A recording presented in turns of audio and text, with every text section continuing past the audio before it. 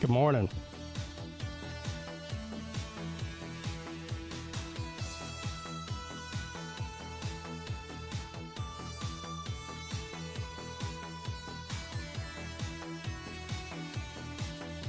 Happy Friday, everybody.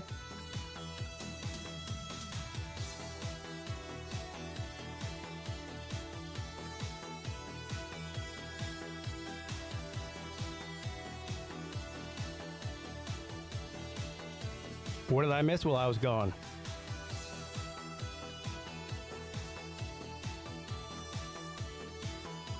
I heard Nate got caught cheating.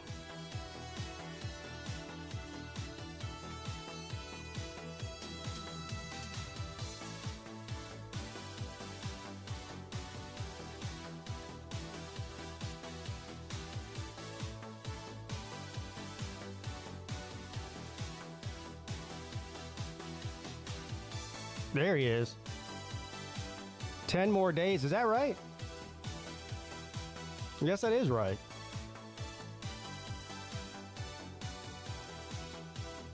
Did I get any Alamo merch? Actually, yeah. I'll talk about that. Here, I'll show you this, though. Let me show you this.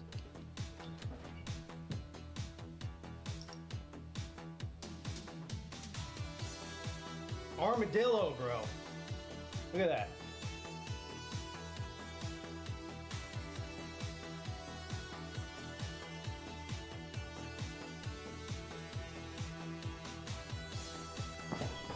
Armadillo, bro.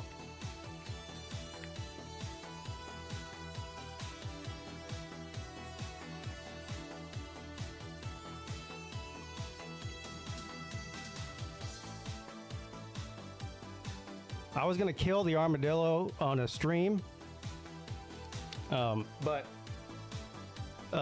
repeat Pete Jr. Really liked the armadillo. So it's actually his. I'm just borrowing it.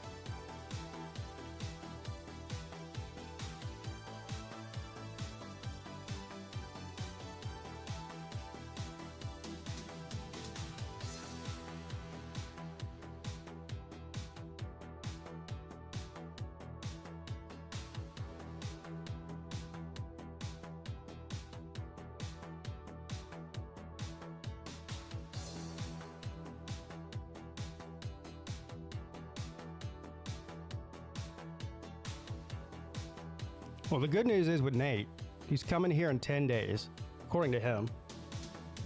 I guess that's right. It's, 9 days. He's coming on Wednesday. Today's Friday, right? Yeah. He's coming on a Wednesday. Next Wednesday.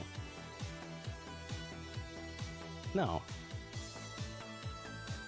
Nate, that's not right. Today's the 27th.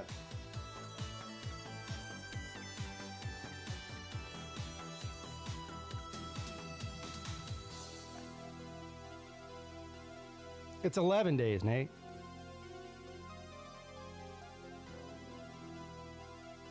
Next weekend, I'm going to the Notre Dame game with Mrs. Peete, and then you're coming the following Wednesday, November the 8th.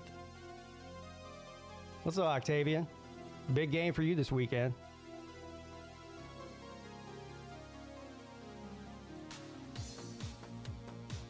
The world's largest outdoor cocktail party. Is it the world's or the country? I think it's the world's.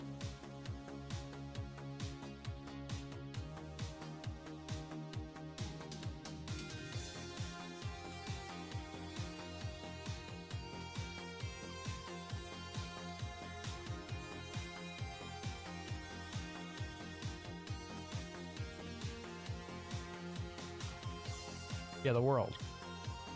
I would like to go to that game, even though I'm not a Georgia or a Florida fan.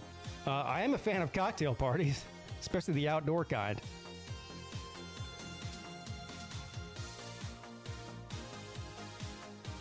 This might be a good time to go ahead and announce. Most of you probably saw my community post that I made yesterday. Due to schedule restrictions, and also the fact that there's no good noon games on. There's like one that's semi-interesting, maybe. Kansas and Oklahoma, I think. Oh, and South Carolina, too. I forget who they're playing. But anyway, I'll be streaming on YouTube at 3:30 tomorrow. And there's some good games on at 3:30. You've got Georgia and Florida. And there's another one. Hold on, let me find it. I was just looking at it a minute ago.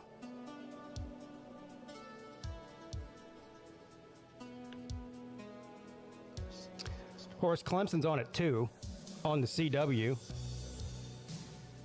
I guess I'm going to have to find a way to watch it on YouTube if somebody's streaming it. Otherwise, see, here's the thing. Because I got a lot of people. I made that short video yesterday where I said the CW is carrying the Clemson game. It'd be the first Clemson game I've missed in 30-something years, which is true. And people are telling me, Pete, Hulu TV does have the CW. You know what? You're right, it does. But for some reason, I can watch the CW 24 hours a freaking day, but whenever they put a college football game on there and I click on it, it says it's unavailable.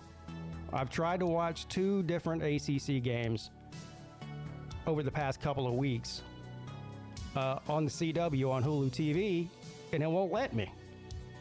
I mean, I don't know, like, as far as I know, I don't know if you have to have some kind of premium package. I don't know. Listen, I pay $70 a month for the Hulu TV, and it comes with ESPN Plus and Disney Plus, I think, are included in that.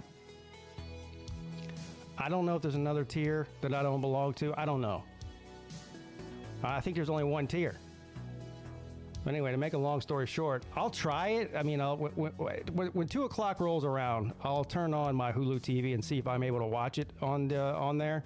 But I haven't had any luck over the past couple of weeks watching college football games on the CW. But it is listed in the in the guide or whatever. The CW is on there, so I don't know. But anyway, if I can't access it through Hulu TV, then I'll try to find it on YouTube. Hopefully somebody's streaming it. Oh yeah, Oregon and Utah. That's the other one. So at 3:30 we've got Oregon and Utah and Georgia and Florida. So that'll be the 2 that we watch at 3:30 on YouTube, and then 7:30 games will be for the Patreon members and the YouTube channel members. And that'll be who are the good guys? Tennessee and Kentucky at 7. Colorado and UCLA.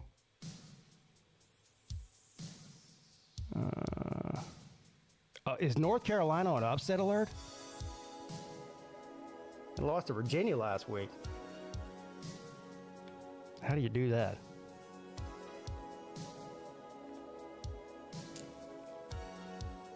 So, there you have it. If you want to be part of the member stream, you can join the channel. Click the join button. There's also a link in the description, or you can just go right to the Patreon page. There's a link in the description to the Patreon page as well. I prefer you do it that way if you're going to do it anyway, honestly, because I steal less of my money. But either way is fine. Oh, and tomorrow, I forgot to do a drawing last week.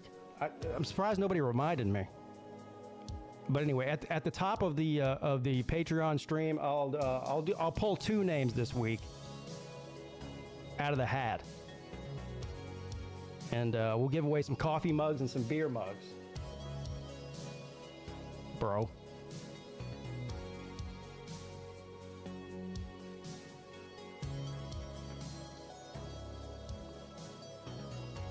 Should be able to watch it on ESPN Plus. I'll try that.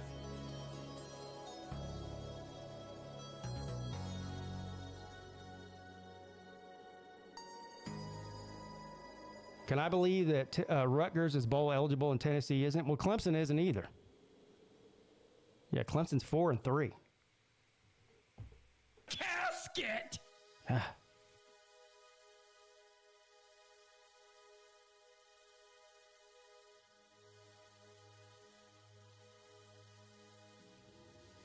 rigged hat, yeah.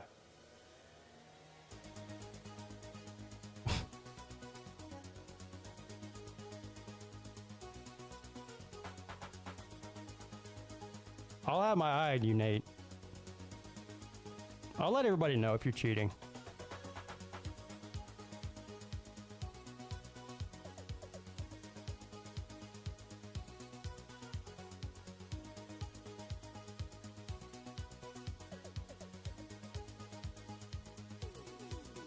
Listen, that's just another thing on a long list of terrible decisions the ACC has made. And affiliating with the CW network is right at the top of the list.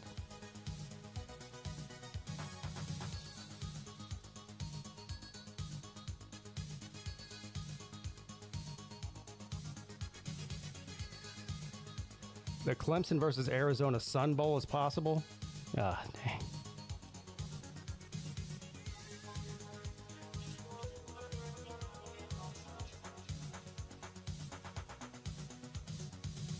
Am I watching the World Series? I guess I will.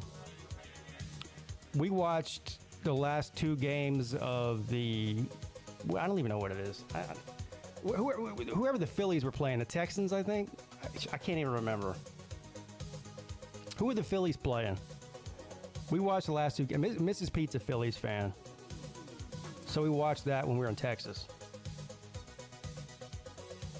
ACC has its own channel. Put it on that. Yeah, well, that would make sense, wouldn't it?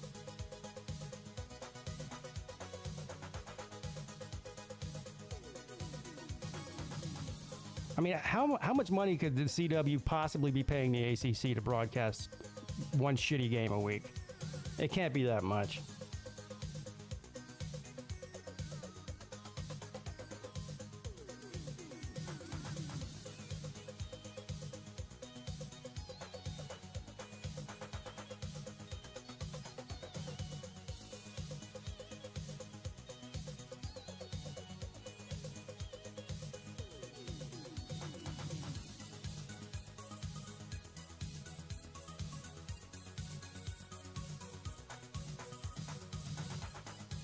A digital antenna? Yeah, I'm not doing all that. Look, it's either going to be on ESPN Plus, like Slim said, or somebody's going to be streaming it on YouTube. If it's not one of those two things, I guess I'm not watching it. I don't know what else to say.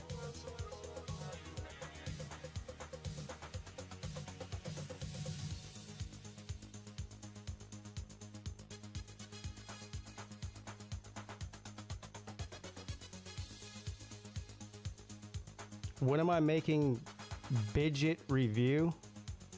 I just installed one for HBP. They got them for $15 on Amazon now. What is Bidget?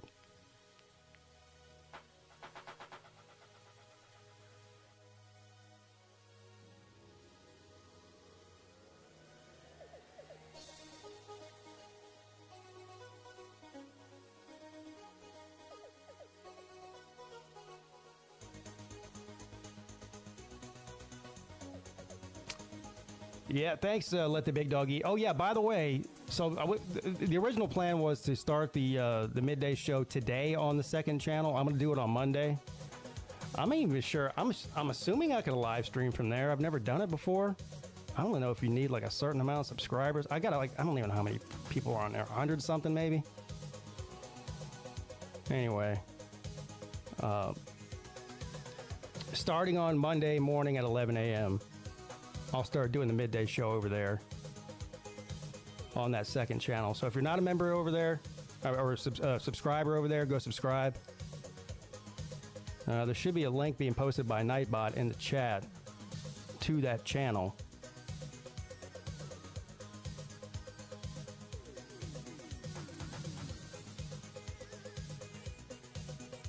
What do you mean what happened to 8-Ball and MJG?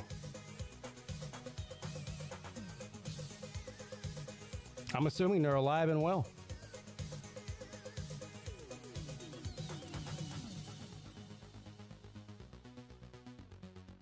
I hope they are. Hold on, I'll get you that link. Oh, you blocked Nightbot? Wait, why would you do that? Oh, you man. Nightbot helps me out.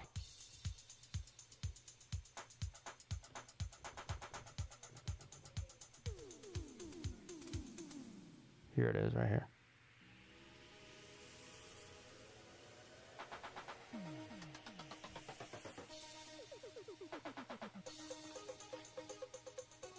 Oh yeah, I love 8-Ball and MJG.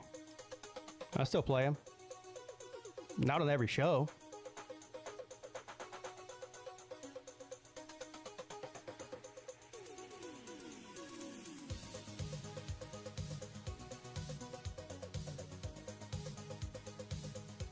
Look, as soon as I posted it, Nightbot posted it.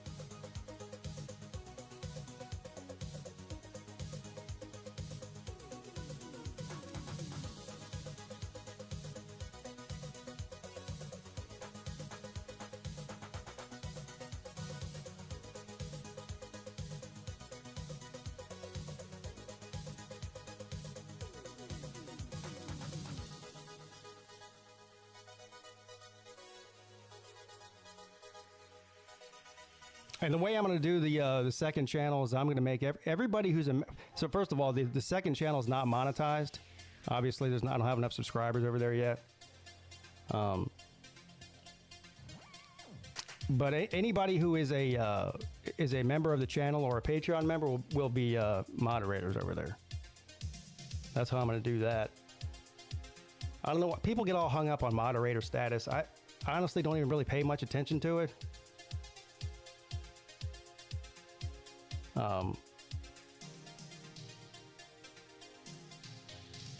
But if you're a member on this channel, then I'll make you a moderator over there.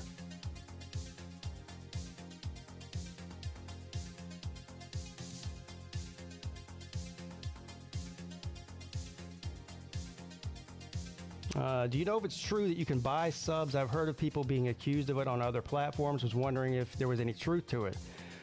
You know, when I first came on YouTube, I heard some talk about that, but everything I heard about it was YouTube has a pretty good way of figuring out if that's what's happening. And if they catch you doing that, then they'll shut your channel down. Honestly, I don't even know what the point of buying subs would be. You know, so you can have, listen, you can have 10 million subscribers. If nobody watches your content, then it doesn't matter. You don't make money on subscribers, you make money on views. So I don't know why buying subscriptions would do you any good, except to maybe get you to a certain number to like unlock monetization or something. Other than that, it's pointless. I don't know why anybody would spend money buying subscriptions.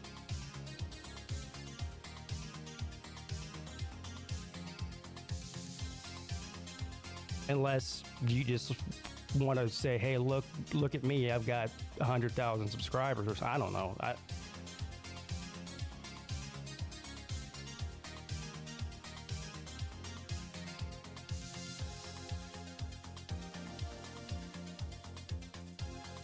What's up, Nick?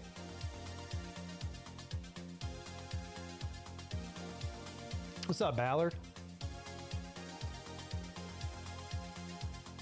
Just paid for my slob hotel room March for the beach. Got it for $79 a night at the Days Inn. That's cheap if you got it there. I need to do that.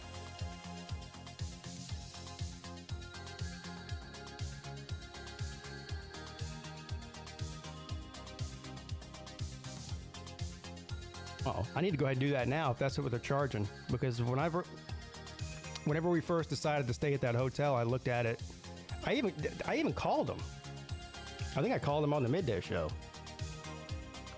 and asked about a group rate or something. Anyway, at that time it was like $150 a night or something.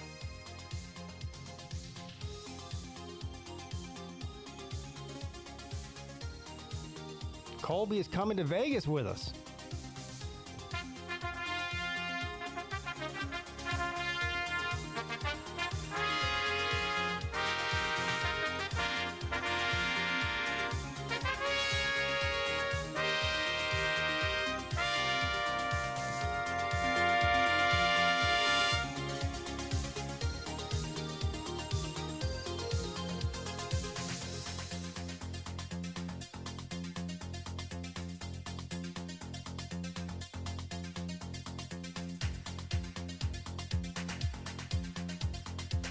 Yeah, I don't know, Phil. You're asking the wrong I have no idea about any of that. Clearly, I've never bought subscriptions. I've been on YouTube for 6 years. I'm too cheap anyway. Do that.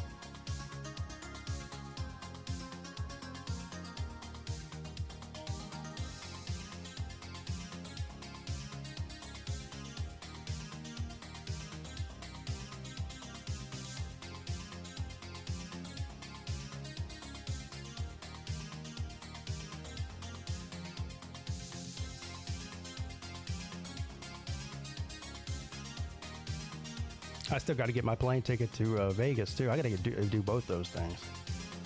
After flying this past week, God, I hate flying. The trip back was a nightmare. I mean, it wasn't that bad. I guess it could have been worse. But to start off, well, first of all, Saturday night, I streamed for 8 hours straight. Starting at noon on Saturday, streamed all the way till 8 o'clock at night, back to back. Then I was watching the Clemson game. That didn't end until almost midnight because of the double overtime. Then I had to get up at 2 o'clock, or 2:30. We had to leave here at 3. We fly out of Charleston. And our connecting flight was in Atlanta. From Charleston to Atlanta, from Atlanta to San Antonio on Delta. We get to Atlanta. Well, first of all, the plane is late taking off out of Charleston, of course. So we get to Atlanta with like 30 minutes before our next flight takes off. It's on the other side of the friggin' airport. So we barely make it to the gate on time. And as soon as we get to the gate, the lady comes over to loudspeaker and says, yeah, we can't board the plane right now because there's no plane.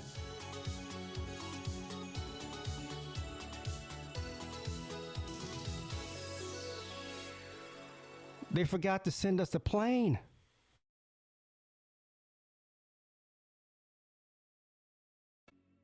So we had to sit around for like an hour and a half and wait on a plane. Then we made it to San Antonio. Then on the way back, we were flying American on the way back. We get to the airport. I check in on my phone. You can do like a mobile check-in, like download your boarding pass or whatever. I download my boarding pass. Mrs. Pete's looking for the email. She can't find the email for her ticket. So she goes up to the American Airlines desk and says, hey, I didn't get an email to do the mobile check-in for my flight. So they get her name and her information. They go, oh, well, here's why. Because you don't have a ticket. Somebody canceled your ticket. They told her somebody canceled her ticket. So, luckily, there was one seat left on the plane.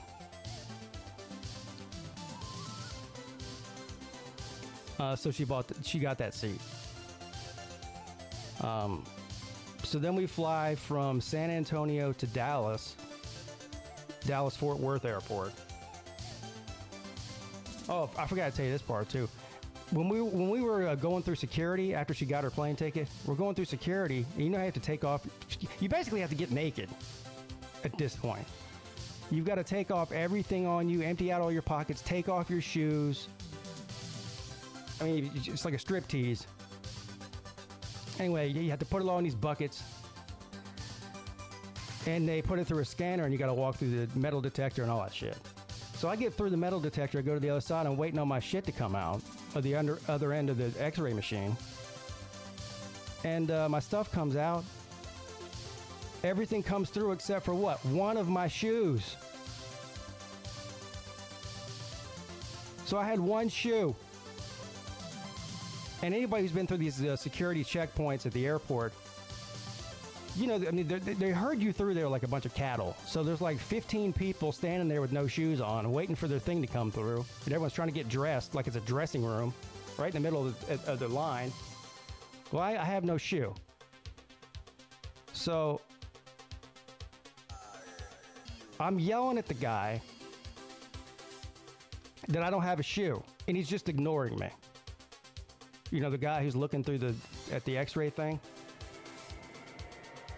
So finally, I have to start banging on the little conveyor belt with my hand, like this. Banging. I'm like, hey. He's like, what? I said, I only got one shoe. My shoe's stuck in that machine.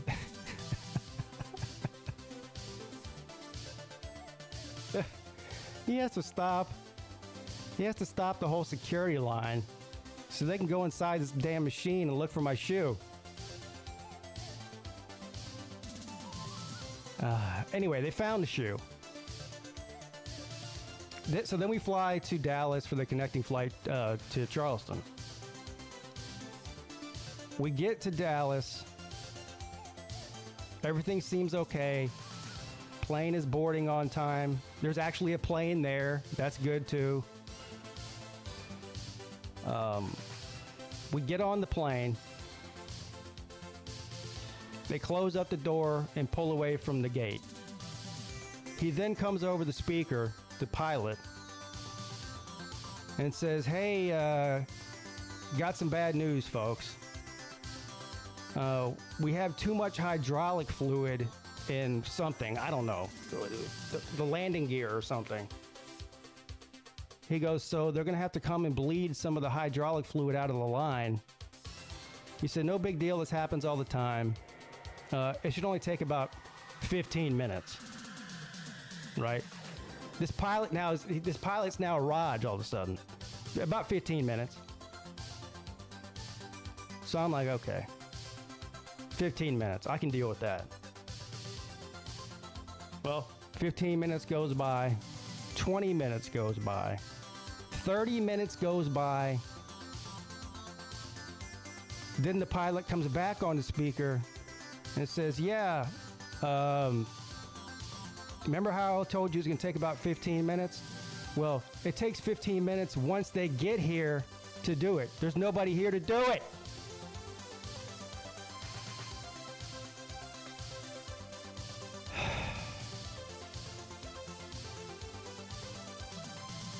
Meanwhile, while this is all happening, I get an email alert on my phone from, guess who? American Airlines. Guess what the email said? Your flight has been delayed. So thank you for letting me know that my flight's delayed after I'm already on the plane. So anyway, we wait like another 30 minutes. So now we're an hour late leaving. They come and fix the hydraulic fluid thing. We pull it out onto the runway, right? And all I see, as far as the eye can see, is a line of planes, like in a single file line. So he comes over the speaker again. He goes, "Oh, folks, I guess it's just one of those days." Yeah, so due to our late departure from the gate there, we're about 20th in line to take off. So sit tight, it's going to be a while, folks. So now we've already been sitting in this plane for an hour. We're still on the runway. And now he's telling us it's going to be a while before we can take off.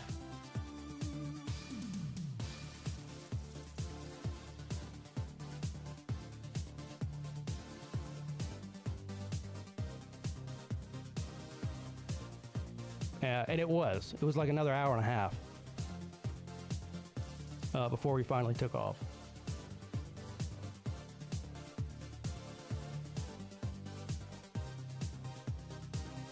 So that's why I hate flying.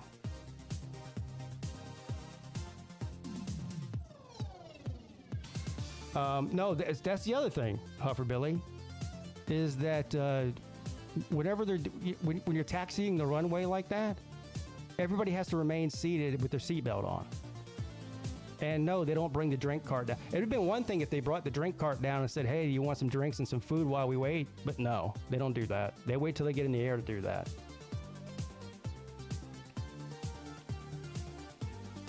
So we just had to sit there. I just sat there and looked out the window and watched 20 planes take off.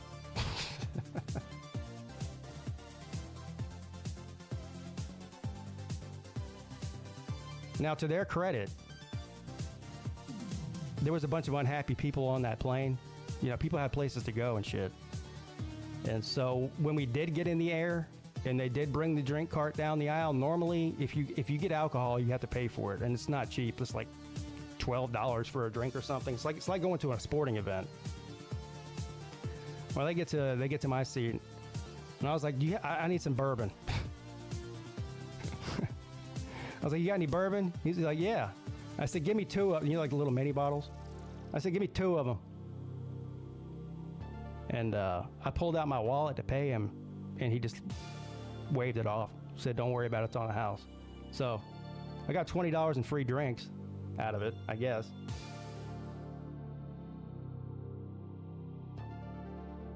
Did I see anyone that wasn't real? Yeah, like half the plane.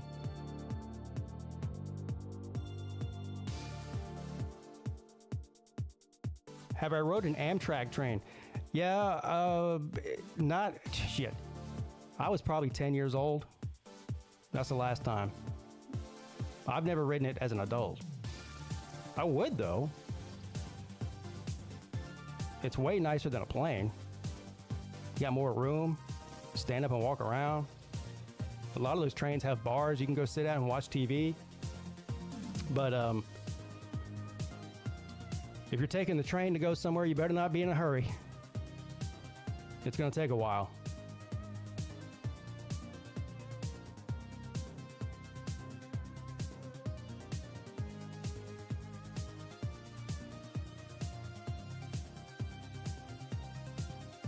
Also, I've never had such a hard time uploading a video to YouTube as I did when I was in San Antonio. If you guys knew the hoops that I jumped through to try to get that video uploaded on Monday, the State of the Fan Address video,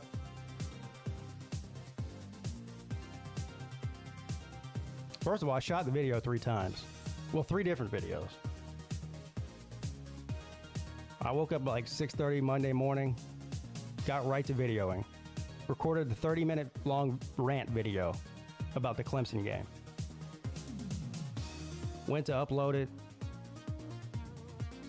Anybody who's uploaded videos, whether it's on your phone or the computer or whatever, knows what happens. It prepares it, then it uploads it, then it processes it. 3 different steps. Well, the first video that I shot, it wouldn't even finish preparing, let alone uploading. So that went on for like an hour. I thought maybe something's wrong with the video. So I shot another video. This one was about 20 minutes long instead of 30 minutes long. It got it to the uploading stage, but it stopped at right around 50%. It wouldn't go any higher. So now I'm like, okay, so the Wi-Fi at this hotel is terrible. It takes quite a bit of time to upload anything if you're not on Wi-Fi. You're just using your cellular data or whatever. So now I'm walking around San Antonio by myself, going from store to store, restaurant to restaurant, trying to steal Wi-Fi to see if they have better Wi-Fi than the hotel has, so I can upload this video. That goes on for a couple of hours. I've walked all over friggin' town now. So I'm like, you know what? I'm just gonna leave it alone. It'll upload sometime today or tonight. So I just left it alone. Let it try to upload. Well, Monday night rolls around.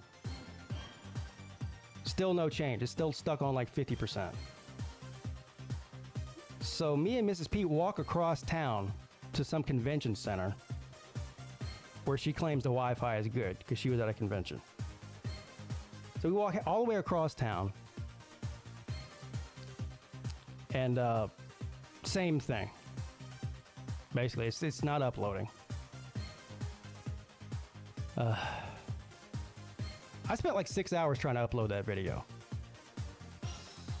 And anyway, to make a long story short, Tuesday morning I woke up, still wasn't uploaded. So I just went ahead and shot like a 7-minute video and uploaded it, and uploaded immediately. I guess because it wasn't as long.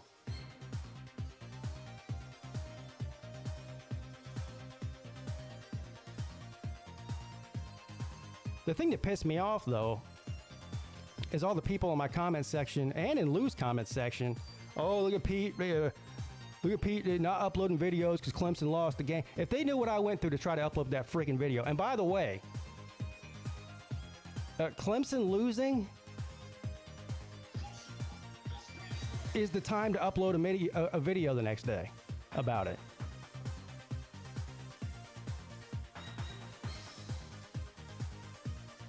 The longer that goes by after the loss, the less relevant it becomes. And people are already looking at week 9 by Tuesday.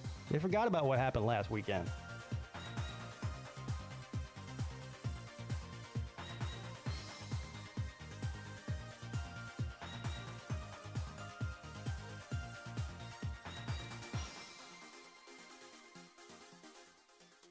One guy was big mad that I didn't make a 5-minute long video explaining to people why I hadn't uploaded the video yet.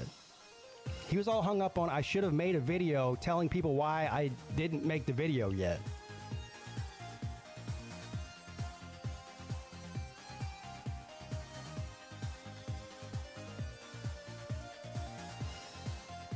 Then he goes, "This is why I don't go to your channel." I'm like, well, you're on my channel right now, and you're bitching about me not uploading a video, so clearly you do come to my channel. Did I like San Antonio? Yeah, I liked it. The hotel we stayed at was it was perfect. I mean, the Alamo was right outside the front door. I mean, it's 1 block over. So you come out the front of our hotel, and you walk 1 block over. It's a 3-minute walk, and the Alamo's right there. So that was cool. And you walk out of the back of the hotel, it's on the Riverwalk, which is like the main attraction, really, I think, from what I could tell. The Riverwalk is like the main attraction of San Antonio. It's just, I don't know how many miles it is, maybe 3 or 4 miles of a river that like winds through the city, and there's hotels and stores and restaurants and bars all on both sides of the Riverwalk. And that place was packed too, man. I was surprised in late October how many tourists were there.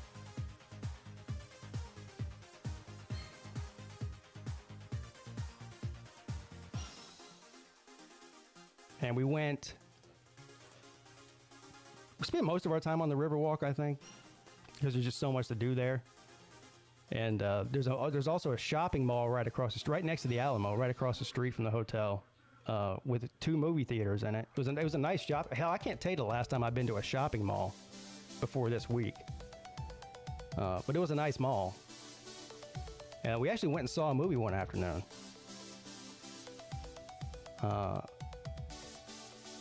The Killers of the Flower Moon, or whatever, that new Leonardo DiCaprio movie with Robert De Niro. It was good, I guess. And then, what was it? Tuesday night, we flew out Wednesday morning. Tuesday night, we walked to the other side of the city and went and had dinner at the Tower. What's it called? The Tower of America, or Towers of America. It's basically, it's like the Space Needle in Seattle. I don't know how many, 30-something stories up. Maybe even more than that. I can't remember. Anyway, you take the elevator to the top of this thing. There's a restaurant up there. You know, it looks out over the whole city and it spins really slowly. So when you're sitting at your table, you get to see a panoramic view of the city. That place was good. And it's right next to the Spurs basketball arena. The Alamo Dome, I think it's called.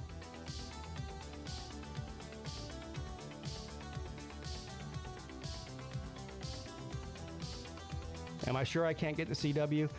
Well, like I said, there's a CW on my guide when I pull up Hulu TV, but when I click on it, when there's a football game on it, it says that it's unavailable. That's what I can't figure out. So yeah, there is CW on there, but I haven't had luck watching a game on it yet. They don't have any problem with me watching Buffy the Vampire Slayer, just football.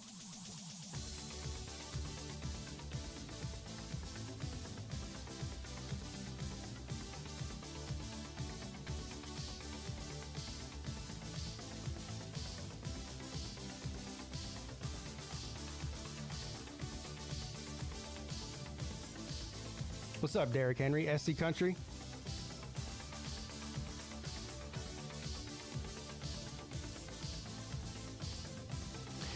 That must be what it is, Nature Boy. I don't know. I don't know why they'd black it out in South Carolina. Maybe they won't. Maybe it was just blacked out for whatever the game was last week on there. I can't remember who it was. At Florida State, maybe. I tried to watch it and it was blacked out.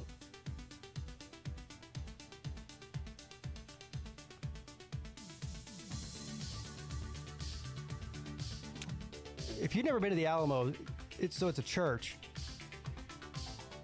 and there's only like 3 rooms in there.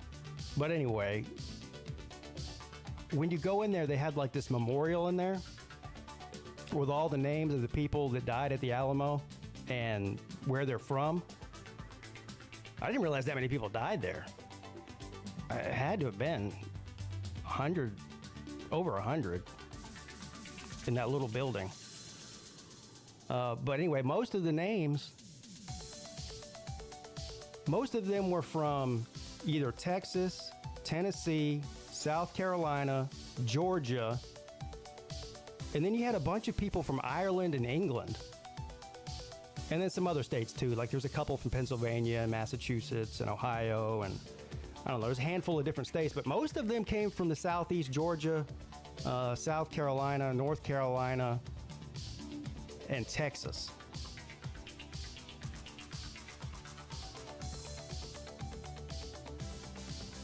The basement? No. Oh, the Alamo's free too, which was good.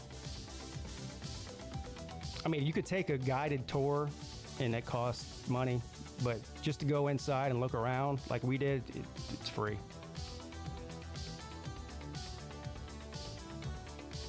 Of course, then they shuffle you out into the gift shop, where that's where I got the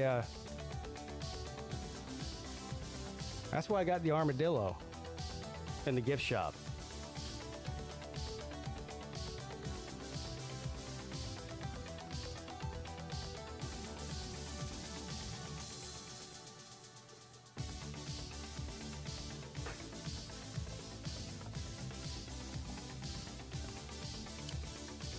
What's up, Friction?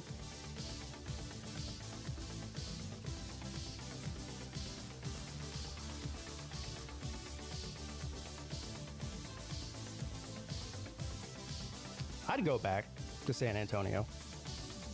It's cool.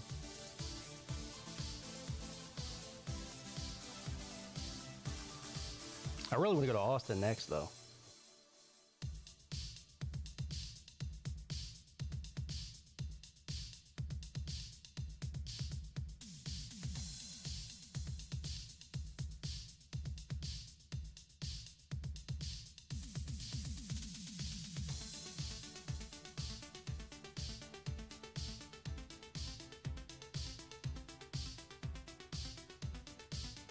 So what's going to happen to Michigan?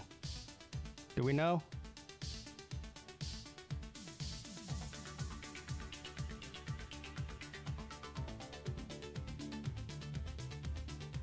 I guess a more important question, how long will Jim Harbaugh last whether well, I don't think he'll get fired. But how long before he quits?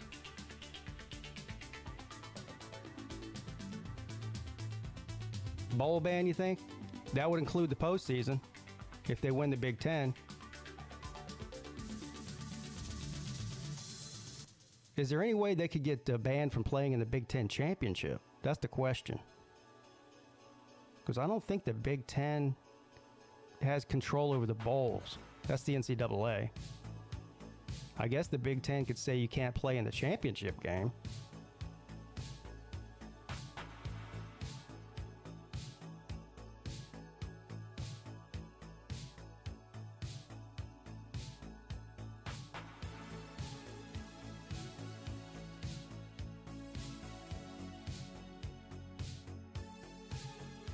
Ironic thing is that Jim Harbaugh is the one that was running around a couple years ago saying it's hard to compete with the Southern teams if you don't cheat. Well, I guess he was warning us. He was saying, hey, look, I guess I'm going to have to cheat. We'll get right on that.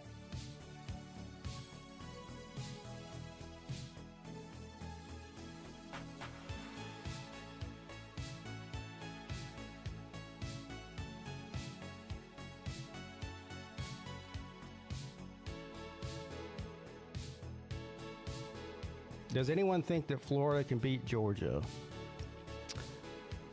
Well, if you're asking, does anybody think that Florida is better than Georgia? The clear answer is no.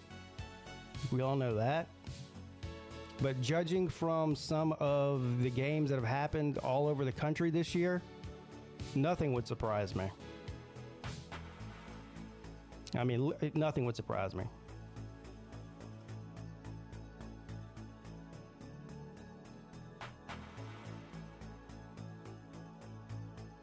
I mean, people have been wanting parity in college football. They've been crying about it for 20 years.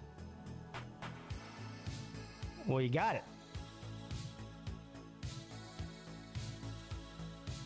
And I'm actually glad that I haven't really bet. Well, I other than a couple of personal bets, like the one with Jackpot, I had a couple of bets with people about Clemson's record, on this channel. But as far as like placing bets with a betting service or something, I haven't placed any this year. I'm glad I didn't, because this has been one of the more difficult years in recent memory to pick games against the spread. I'm sure Vegas is loving it.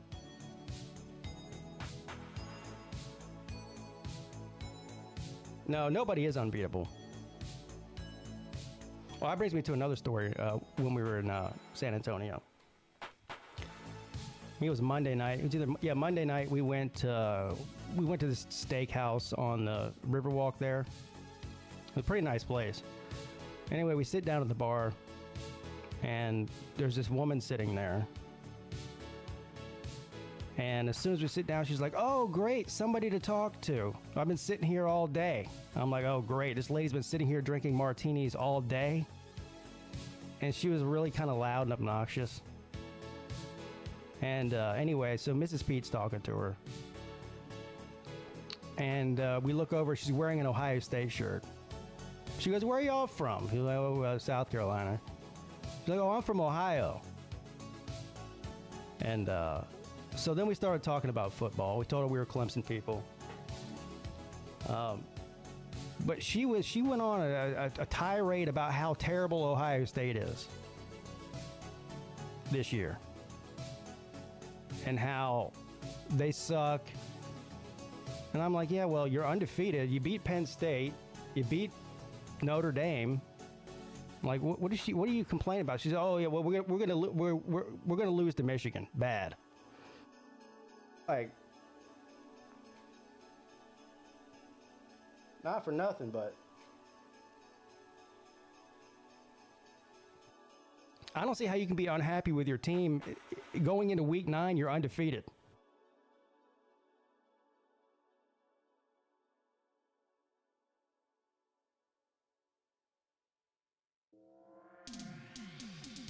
She was annoying as hell.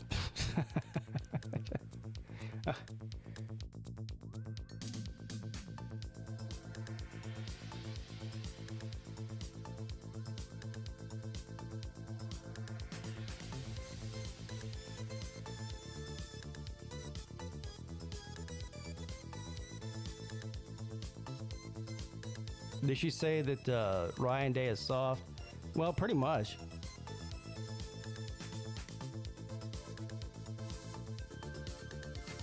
Y'all think Clemson people are bad.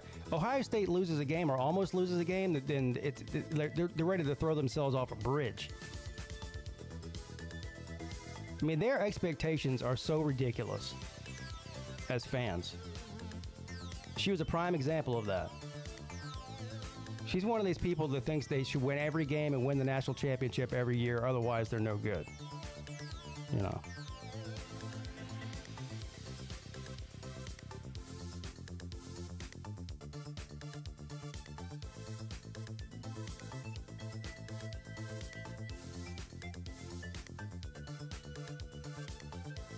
Oh, Clemson fans. I've been told I should just shut up and be happy with Clemson because the Sunshine Pumpers let me know in droves that Clemson's not bad, they just have a turnover problem. They should be undefeated, but they just turn the ball over too much. Well, yeah. That's the problem.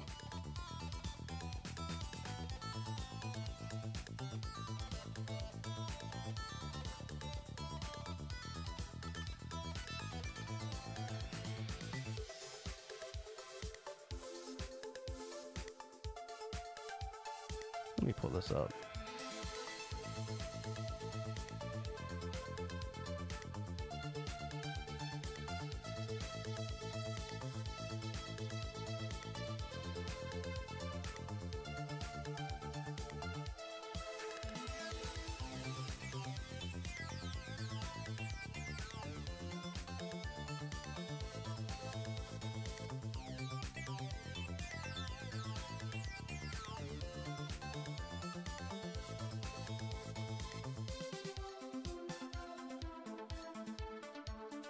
Let's pull up the comments on the State of the Fan address.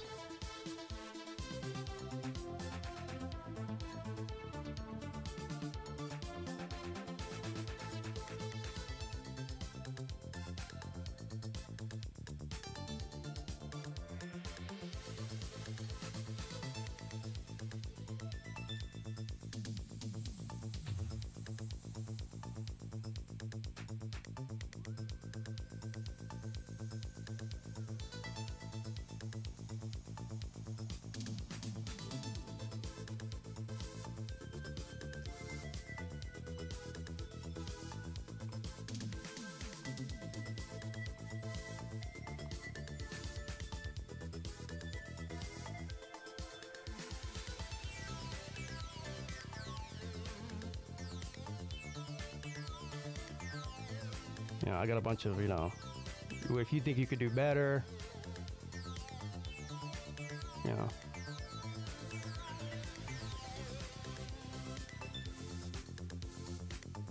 No, I don't think I could do better.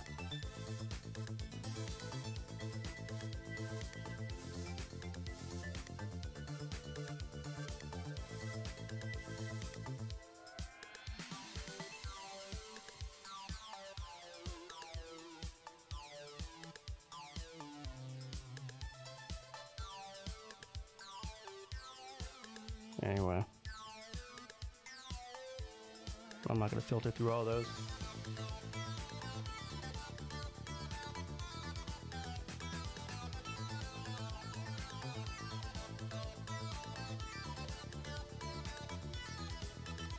Need a mid-season update on what?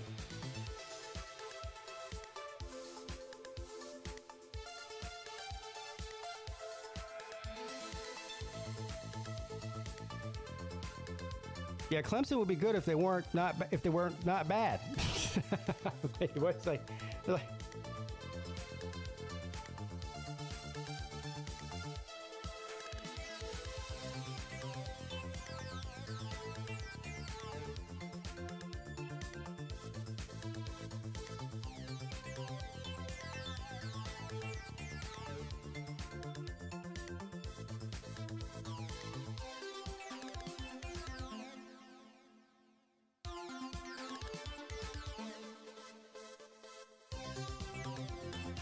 Who are you talking to, Derrick Henry? Congratulations, you beat Alabama 9 years ago. Been crying and making excuses ever since.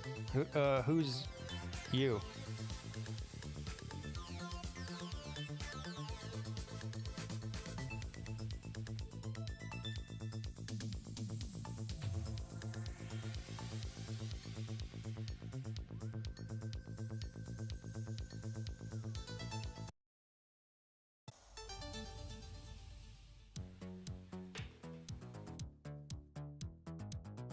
No, you're not talking about me.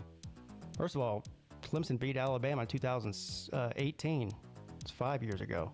Oh, Ohio State fans. Oh, he's talking about the 2014 playoff semifinal.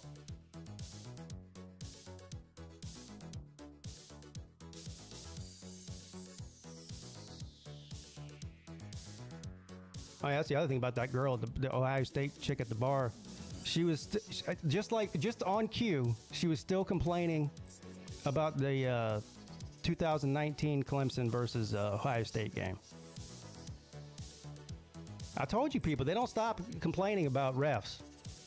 The same thing happened when they played Georgia last year. Remember, it should have been a targeting call or whatever it was.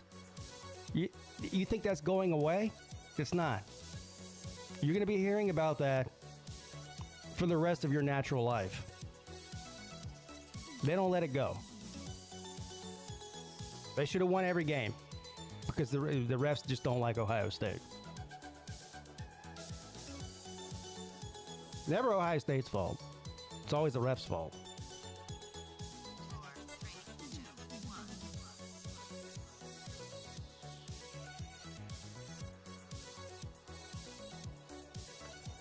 Who knows, Derek? Probably an injured player. There's three things that Ohio State fans point to with every loss.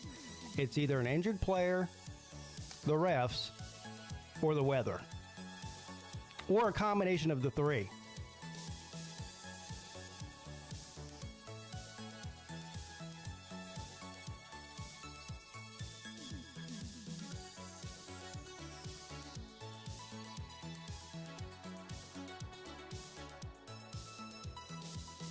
Now, my preseason prediction for Ohio State to make the playoffs isn't looking so bad right now.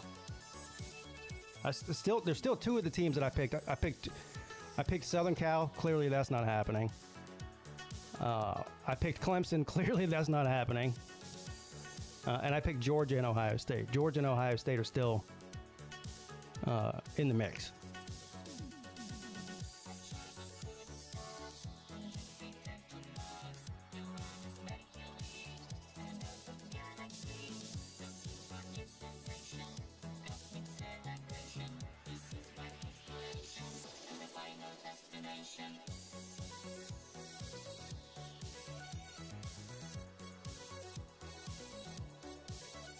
Did y'all see? I think it was Emmanuel Acho. You know, what's he on? ESPN? He's on ESPN. Anyway, his advice to Caleb Williams was to quit the rest of the season because they're out of national championship run, and he's most likely out of the Heisman run at this point. So he's basically saying there's nothing left to play for. You should give up on your team. If I'm an NFL team, and I don't know as far as I know, he has no intention of quitting the season. But if he did, after a couple of tough games, if I was an NFL GM or head coach, I wouldn't want him. I wouldn't want him.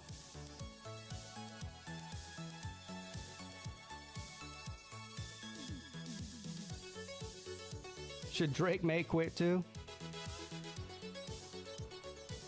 I don't think anybody should quit. That's just my personal opinion. I don't think he will quit.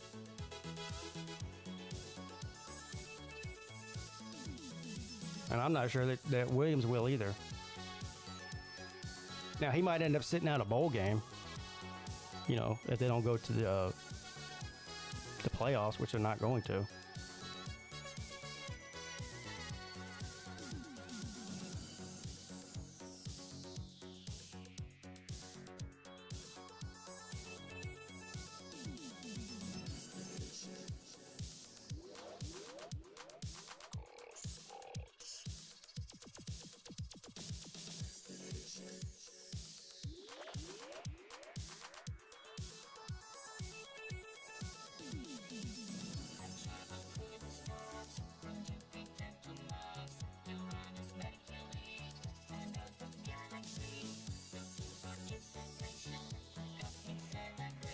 Yeah, I don't know anything about the NIL deals.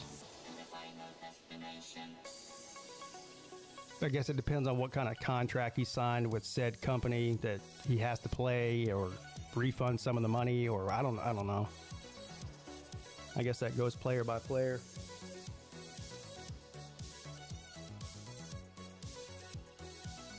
Let's pull up. I'm going to open up the StreamYard here in a couple of minutes from now. Let me pull up something real quick because we didn't do the Lunch Money Show, obviously, on Monday night. So I haven't really looked at any of these betting lines yet. I'm curious to see.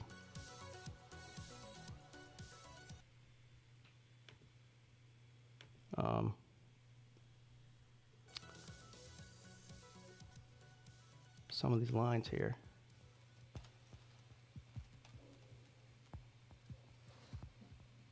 Man, Penn State's a 31.5-point favorite over Indiana. A&M and South Carolina, 16 points? I might take South Carolina with 16, even though they're no good.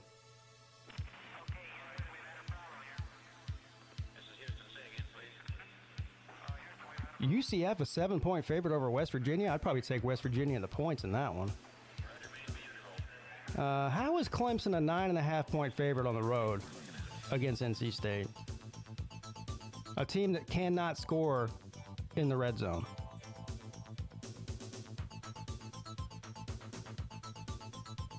I hate to say it. I'd take NC State 9.5 points. Home dog.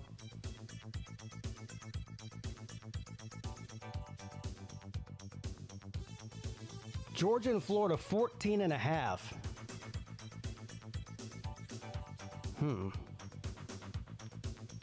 These are hard.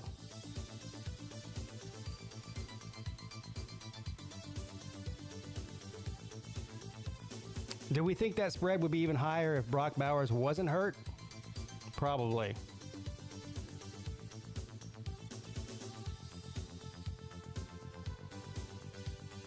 Utah, a 6.5-point home dog against Oregon. That's a great game tomorrow. We'll watch that at 3:30.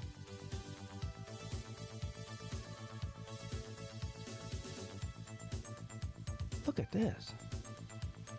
Duke, a 4.5-point dog to Louisville. Give me Duke on the money line.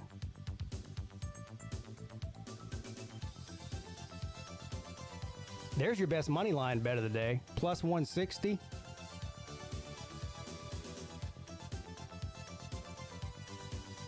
Which means if you bet $100 on it, you'll win 160 on top of that. I like that.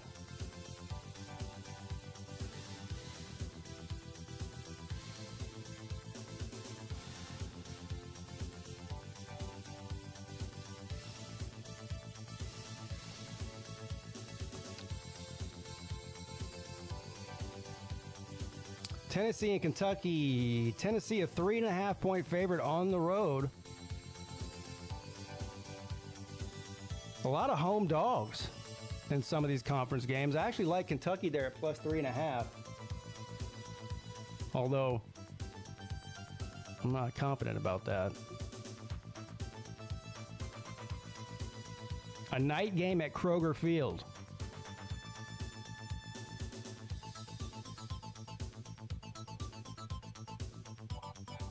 Look at that. Colorado, 15.5-point dog at UCLA.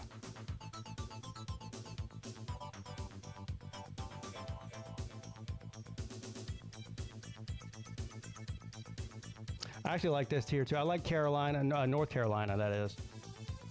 Which is what Carolina is North Carolina. Minus 12 at Georgia Tech. Georgia Tech plays better on the road than they do at home. Give me the Tar Heels at minus 12 there. I have a feeling they'll bounce back after that embarrassing loss to Virginia. I don't even think that game will be particularly close. They'll win by 3 touchdowns. There's my lock of the week. North Carolina minus 12. The Pigskin Pete lock of the week.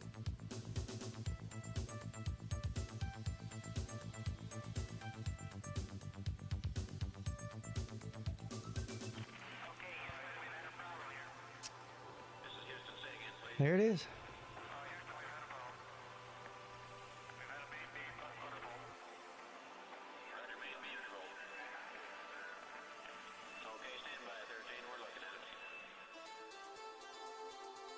Georgia opened at 27 points. What? It's moved that much? God dang. They think Duke ain't shit without Leonard. He played last week, didn't he? Is he hurt again? That's got to be the reason.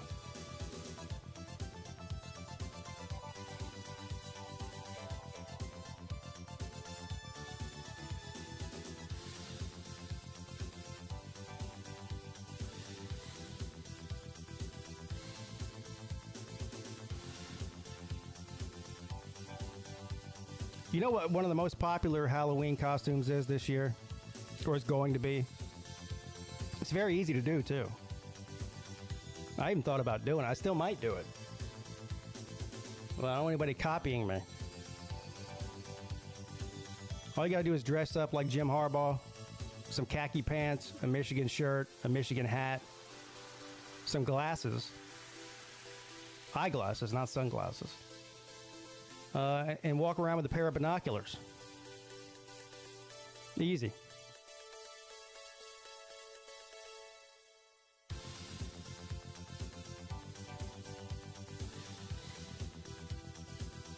A pair of binoculars in one hand and a glass of milk in the other.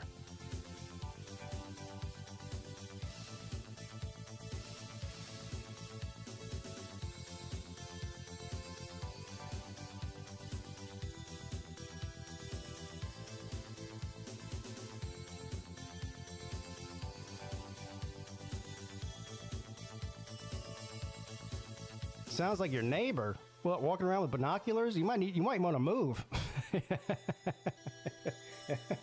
That's a, yeah.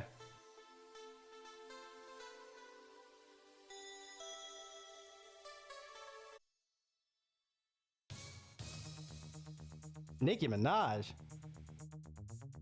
Yeah, that means you're gonna have your ass hanging out.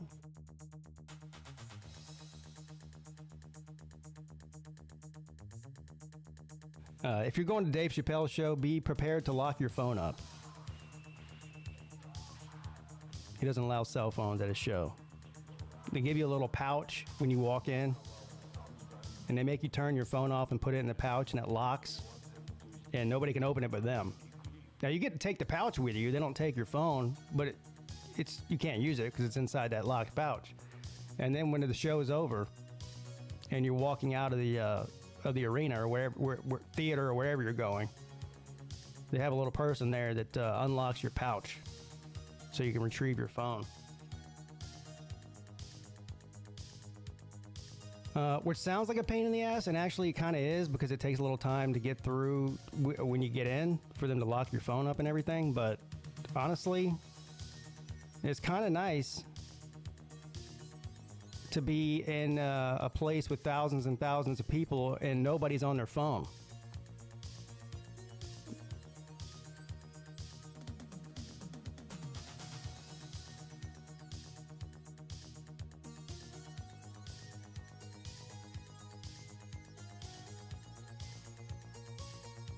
But we went and saw him last, I guess it was like a year ago.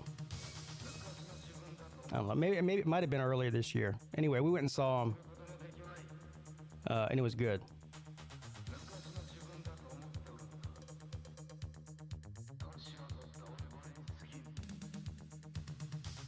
All right, the StreamYard is open for anybody who wants to come on for the remainder of the show. We got about 50 minutes left. Clearly, I'm not reading the news today. I don't feel like talking about the presidential race. I don't feel like talking about the Ukraine war. I don't feel like talking about the Israel and Palestine war.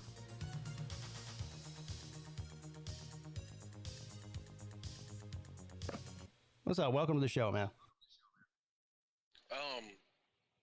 You're not doing a great job on selling me that I'm missing something with air travel. I never tried to say you were. No, didn't say you were. I'm just throwing it out there. Yeah, it's a pain in the ass. It's a huge pain in the ass. From everything I heard, I'll just continue to pass on that. Yeah, well, I'd rather go through what I went through on Wednesday than drive for 15 hours or whatever it is. I mean, from the sounds of it, from all the delays you had, I would have beat you driving. Well, probably not. So the flight from Dallas to Charleston was it's only like 2 hours. So, which it turned into a 5-hour flight, but you know what I mean. Yeah. Well, and then don't forget the extra hour and a half actually waiting on the plane to show up. Yeah, that was the damnedest thing I ever seen in my life. We gotta find y'all a plane. She goes, yeah, we're not boarding the plane right now because we don't have a plane.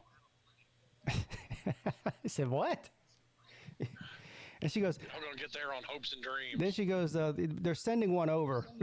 So it takes like 30 minutes before the plane gets there. And then she comes back on and goes, well, the plane's here now, but it has to be cleaned and refueled and all that. So it's going to be another 30 minutes or so before we can board. I was like, I've never heard that one before. So, I mean, so what do they do? Like, Uber order a plane or something? I don't know.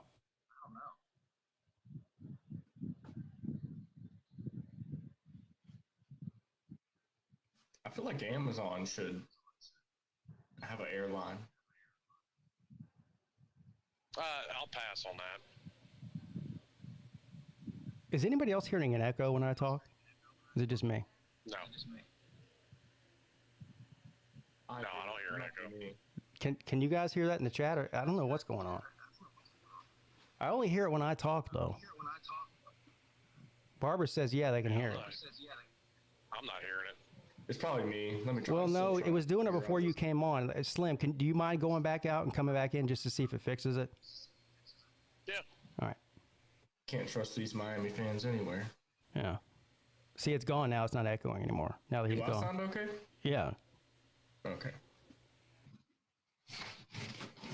I made a mistake this morning, Pete. What'd you do? I ordered a whole sushi roll and a half, and I ate them all while listening to your show, and I feel horrible. You ate a sushi roll for breakfast? Yep. Mm-hmm. Where'd you get? Don't tell me you got it from a gas station. No. Where'd you get it from? It's a respectable Japanese restaurant around town. Oh. Well, that brings up a question. We have a Mexican restaurant that also serves sushi. What is PigskinPete's thoughts on Mexican sushi? I like it. Okay. Yeah. Called ceviche. It's Mexican sushi. Yeah, the name of the place is called Taco versus Sushi. Seriously. Yeah. One of those fusion restaurants. Yeah. Oh, it's like KFC and Taco Bell. Yeah, kind of like that. But it's Mexican restaurant on one side and hibachi and sushi on the other. What kind of sushi did you eat, Colby? I had it's called fried crazy crab. So it's fried shrimp, avocado, cream cheese, crab, and it's topped off with more cream cheese. And they put some kind of sauce on top of it. Yeah, that's hardly sushi. We call that sushi candy. Yeah, exactly. Yeah. See, I can't do Sounds like cold sushi. Sounds like Colby's on the Nate diet. Yeah, cream cheese. Yeah, fuck y'all. It was good. I'm sure it was. But real sushi is just a piece of raw fish. It's not wrapped in cream cheese and avocado and deep fried shrimp, Well, I must admit, I'm automatically suspicious of people that eat avocado. Why? I don't know, it's just, it seems like one of those fuckers that claims to have a gluten allergy, too. Avocado's good for you. Just highly suspicious individuals. You don't like guacamole? No, guacamole's okay. But that doesn't mean that you have to like avocados. Like, I won't take a bite out of a tomato, but I'll eat ketchup. Yeah. I take a like a superfood supplement, a drink every morning, like a green drink. So that's where I get all my greens from. Damn, y'all. Yeah, I do that. I do Y'all that. old motherfuckers. Taking protein drinks for breakfast. It's not a protein drink. It's a green drink. I don't do one of the supplements, but what I'll do is my wife will get up in the morning and make smoothies, and she'll put spinach and other shit in it too. Yeah, yeah. So I mean, it looks like the Hulk had diarrhea in a cup. So y'all just skip breakfast and drink those things? Yeah, I don't eat breakfast. Most of the time, I only eat one meal a day. Yeah, I drink that green drink and a cup of coffee in the morning. And then usually on the weekends is different. I eat more on the weekends than I do during the week. But during the week, I don't even really eat lunch. I eat like a snack maybe, like a healthy snack. Yeah, I'll do a couple of snacks like a granola bar or something. Yeah, something like that. Or I eat like a vegetable or something. I wake up, I eat a muffin. That's what I eat. I eat a blueberry muffin every single morning, and then I skip lunch and then eat dinner. See, if I eat a muffin in the morning, I'll be crashed out. Like, I don't do well with bread. You know. And some orange juice. Gotta have some orange juice in there. Maybe you have a gluten allergy. I don't know. I don't know. But then I guess I really only eat one major meal, like full meal, and that's dinner. Mm-hmm. On the weekends, it's different, especially during football season, because Mrs. Peete makes football food, or we order out, get wings or burgers or pizza or whatever. But I don't eat that way during the week. What's up, Vic? Yeah, what's up, Pete? Yeah, I'm glad. I'm glad. I don't know if you saw my comment earlier, Pete, but I'm waiting on the people from the hotel to call me back, because I actually talked to somebody like in their sales department about a group rate for 30 plus rooms. Oh yeah, I did too. That was back in like April. So what did they tell you? They said they were going to call you back? Yeah, she said either today or Monday. Let the Big Dog Eat said he got a room for, what was it, $79 a night? That's pretty good. Yeah, 89, yeah. Yeah, that's good. Well, when I looked up the hotel, that's what they were advertising, but obviously it's going to vary by room and people and all that. Room and people, yeah. Yeah. Well, they charge you by the head, and I'm gonna be toting 3 kids. By the head. Yeah, I'm not sure if we're bringing the kids this time. No. I gotta have someone to play pool with, man. Yeah, why not? Yeah. I don't know. It's more about Mrs. Peete, because I'm doing the events, and then she's stuck on kid duty while I'm doing that, so it's not as fun for her. I don't know. I mean, we'll bring them if we have to, but if somebody here is willing to watch them while we're gone for a couple of days, that'd be ideal. Plus, we might fly. Yeah, we're flying. If we fly, we're definitely not taking the kids, because then it's twice as expensive. Oh, yeah. Yeah, so are we going to have to start calling you Texas Pete now, or? Yeah, I guess I didn't even think about that. I guess I am Texas Pete now. Pete, yeah. Yeah, officially. Come get that ass. Peace, everybody. One love. We'll see you soon, Texas Pete. Sideline Scoop and Score, thank you for the super chat. He says, I own Lou and I'm his daddy. Right. Jamie says he's on the carnivore diet. Yeah, so I'm thinking about doing that. Or, okay. The carnivore diet. Oh, that I know somebody who did that, and it seemed like a good idea. What's the other, is that where you like only eat meat? Yeah, it's basically, well, yeah, that's what it is. I mean, I think it's a lot of red meat, or game. Yeah, I've heard Jordan Peterson talk about it. I mean, he said it's a real pain in the ass. Well, I'm sure it is. You're eating steak for breakfast, lunch, and dinner, or whatever your schedule is, and then bacon, I think, is allowed. Like fatty meats, like bacon, because you got to get fat somehow. So you don't eat any plants? I don't think so. Wow. But we're not carnivores. The humans are omnivores. I mean. Yeah, well, it's no different than when people say they want to be vegetarian or vegan. It's just the opposite.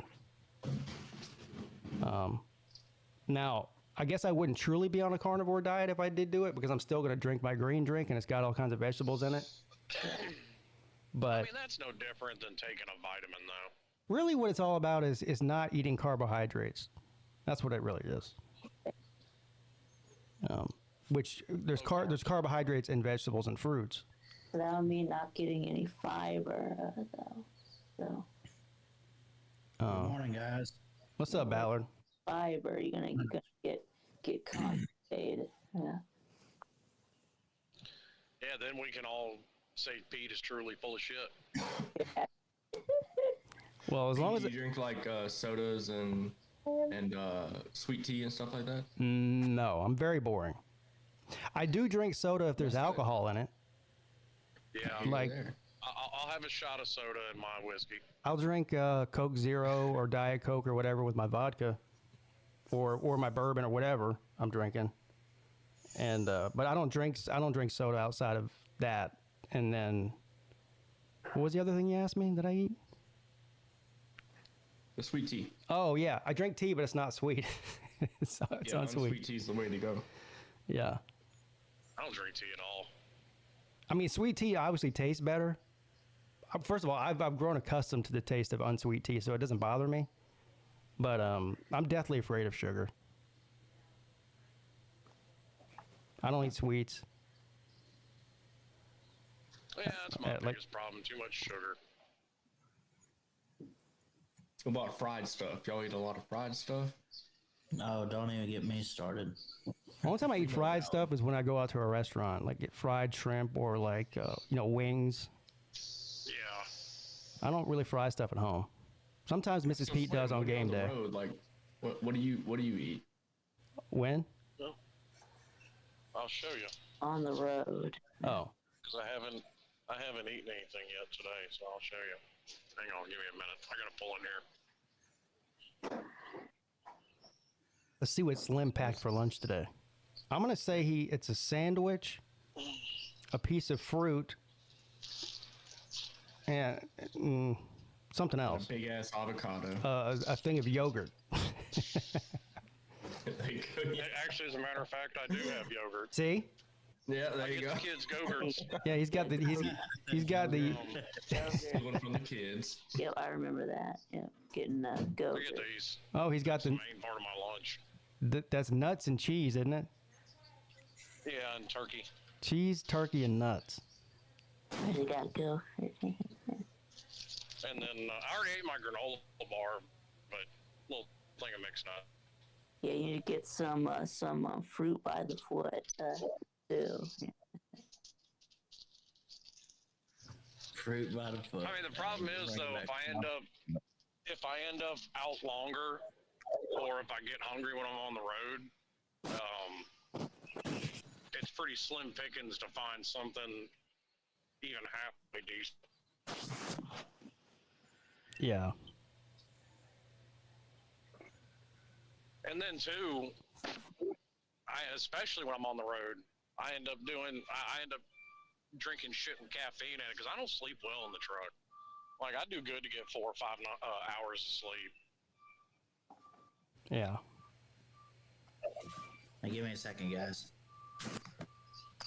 Hey, so Pete. Yeah. I don't know if you've been keeping up with the Michigan allegations and everything. I have, yeah. So what do you think the punishment should be? Nothing, because it's dumb as fuck. Yeah, I actually agree with what Dion said about that. Did you hear that? No, I tend not to listen to Dion very much. Dion, they asked him about the Michigan thing, and he said, your opponent can give you their game plan and email it to you, and you know exactly what they're going to do, but you still have to stop it. I mean, there's a lot of truth to that. So well, and even beyond that, like, because you broke a rule, and I know Slim is like even if he goes into it, just say like not even talking about football, real quick, Slim. Like if someone just broke a rule on the streets, and he broke that rule, Slim's like, well, you got to follow that rule. If you don't like it, get out of the country. That's basically what Slim's attitude is towards law breaking. If I'm not mistaken, Slim, right? Well, laws and rules are different. You're very much mistaken. Okay. And Really? the main reason I also said it's dumb as shit is because stealing people's signs is not breaking the rules. But all of a sudden, if you involve a camera, it's breaking the rules. Sign stealing. Yeah, I don't know. I think sending people out to other games is kind of, I don't know. I don't know where. It's weird because I don't really know where the line is. Slim's got a good point. Like, where's the line? Right? To me, that kind of is the line, though. I don't know if that's a common thing, and they're just getting sort of singled out for it. If that's a common thing across football, from what I can tell, like being on Twitter and stuff, seeing people that have, former coaches, it's not very common to do that. So I don't know. Well, I mean, there must be some kind of advantage towards it if they're doing it. Right. Do you remember the COVID year? Do you remember what Michigan went in the COVID year? Yes, right. They were, visiting recruits or having recruits on. No, like their record. Do you remember what they were in? Well, I know they only played whatever it was, 6 games. Yeah, 6 and 8, and whenever this stuff started coming about, they started going 12 and 0, 11 and 1, stuff like that, or 10 and 2, excuse me. But I mean, it just seems kind of odd that they just got that spark when they sent people illegally to other people's stadiums and started stealing signs. Or was Connor Stallions who was sending those people, but yeah.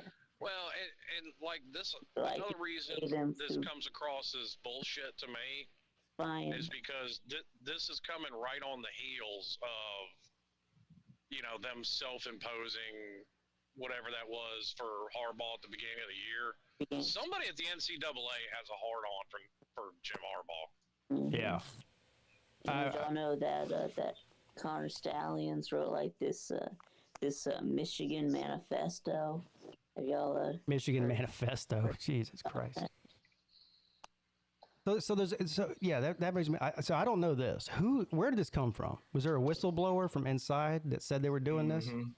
That's what we don't know yet. But the people, quote unquote insiders, say there's a leak inside of Michigan's program. So they got a mole. Exactly. They got a double agent. Well, either way, you can look and say, hey, it's fair, but Slim, what you're talking about, it's still breaking the rule. Rule, law, blah, blah, blah. Rule is a rule, law is a law. If you're breaking a rule, then you must be punished. So basically what Slim's saying is what would the punishment be if you think there's no if you think there's no Colby, because no, Colby, because I think there are dumbass laws on the books that shouldn't be enforced too. Okay, well, what dumbass law then? I'll just give you an example. It's illegal in the state of Tennessee to shoot a whale from your car. Okay, we're talking about football here. No whales in Tennessee. No, if you want to have a conversation about the football rules, we can. But if you want to talk about shooting whales in Kansas, we can do that too. Okay, well, Hashtag Shamu. But these actually break. But go back to my original point, Colby. It's not illegal to sit in the stands and do it, but the minute you involve a camera, it is. What the fuck's the difference? Okay. Nothing. Well, I'll tell you what the difference is. This coach that is employed by Michigan is paying these people tickets to go and sit in the sidelines and film the other sidelines and their sidelines at the same time. Yeah, that shouldn't be allowed. And the other sidelines. to film their signs. Yeah. That's what they're doing. So I don't understand what you don't understand. Because you're not making slims. I understand. For the first time ever, you're not making slims. No, I'm making perfect sense. I can't help it if you're stupid and you can't keep up with it. No. You just don't know the rule. That's all. Like, if you want to. I do. I just stated the rule. Okay, Yes. what's the rule? Can you quote it? It is What's fine the rule? to Can you sit quote there it? in the stand. No, I don't have it memorized. No. Okay, then you don't know the rule. There in the stands. If you say you know the rule, you must know the rule. You just say. I mean, first of all, common sense would tell you that going to an away game that your team's not involved in and recording the sideline of a potential opponent is definitely cheating. Yes, it is. I mean, that's just common sense. Yes. Yes, but going to an away game of opponent and stealing their signs, but not doing it with a video camera is not cheating by the NCAA's own rules. Right. So what the fuck's difference? Man, Slim, you're making no sense. You don't even. Well, there is a difference. One's being recorded, one isn't. Sign stealing.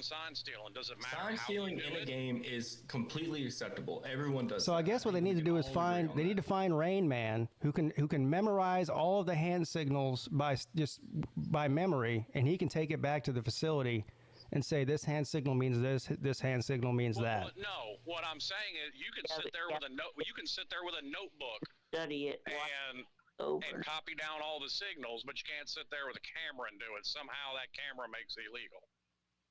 Yeah, it does. That's the rule. Yeah, well, that's dumb. That's dumb as fuck. That's the literal rule. Okay, and that's dumb as fuck.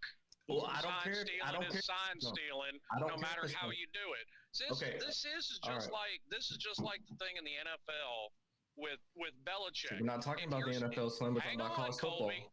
Hang on. Yeah. Shut up for 2 seconds.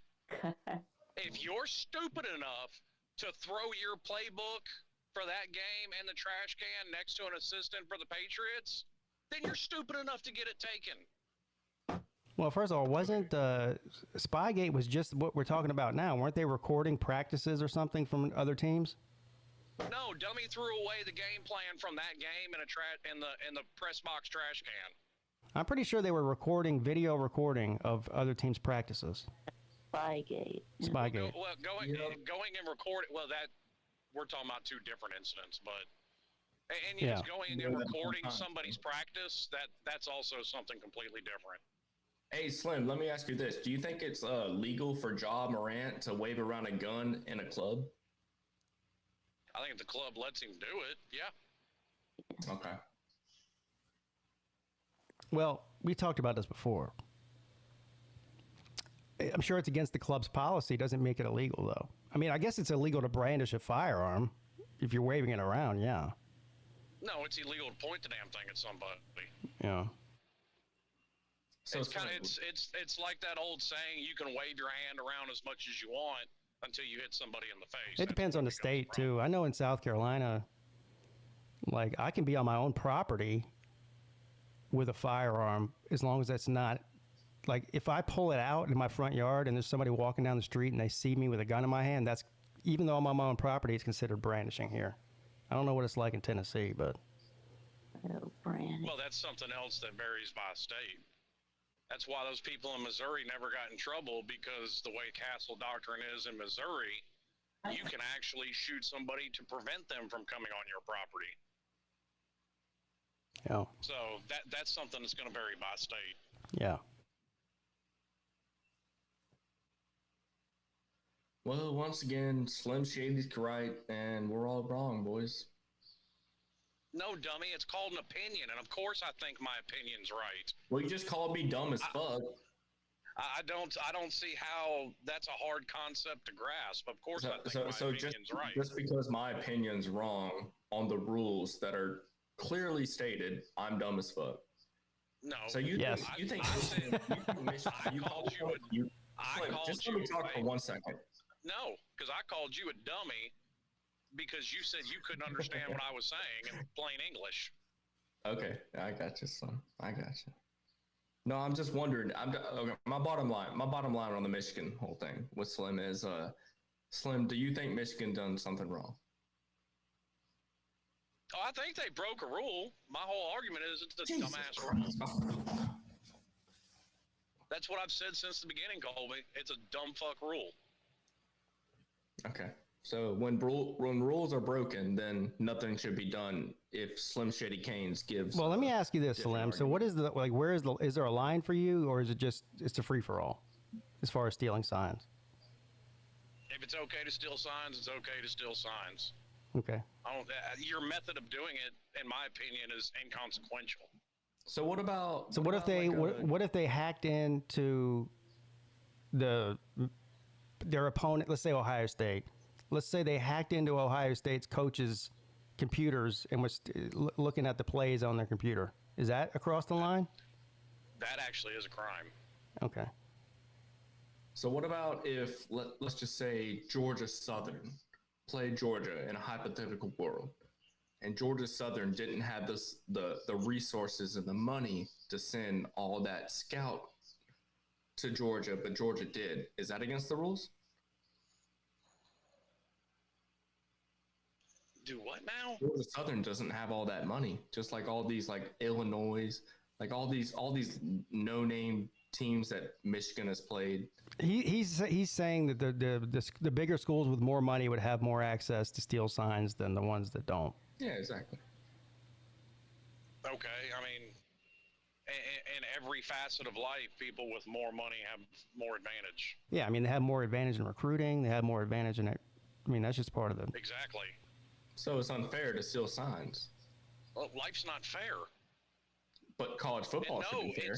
No, it's not against the rules to steal signs. It's against the rules to do it with a video camera. And that's like what I said, my whole argument is I don't give a shit the means by which you do it. It's completely inconsequential in my opinion. But Michigan did steal signs with video equipment. Okay. So they broke a rule. Is it possible that Miami stole Clemson's signs? That's why they beat them last week. Do what now? Did Miami steal Clemson's signs? Actually, no, but according to some conspiracy theories online, that explains every Clemson loss since South Carolina last year. Who said that? I'm serious. Like there's Gawking Balls is one of them peddling this shit. But oh yeah, they're the ones talking about that South Carolina cheated, right? Well, apparently Michigan is selling people signs. Oh yeah, because they did apparently visit a Clemson game last year. Wait, Talking Balls is talking about stealing signs now? Well, the Tennessee fan base this is what happens when somebody posts something on social media. It like sometimes stuff takes off. So somebody posted that South Carolina must have been stealing signs last year against Tennessee, and it sort of took off and took on a life of its own. I don't really know if anybody really believes that or if they're just trolling, but... Well, South Carolina, Tennessee, Duke, Florida State, and Miami have all bought Clemson signs from this guy at Michigan. Right. Well, yeah, I don't buy that for a single second. I bought one sign. It was very pricey. Here it is right here. Here's one of these right there.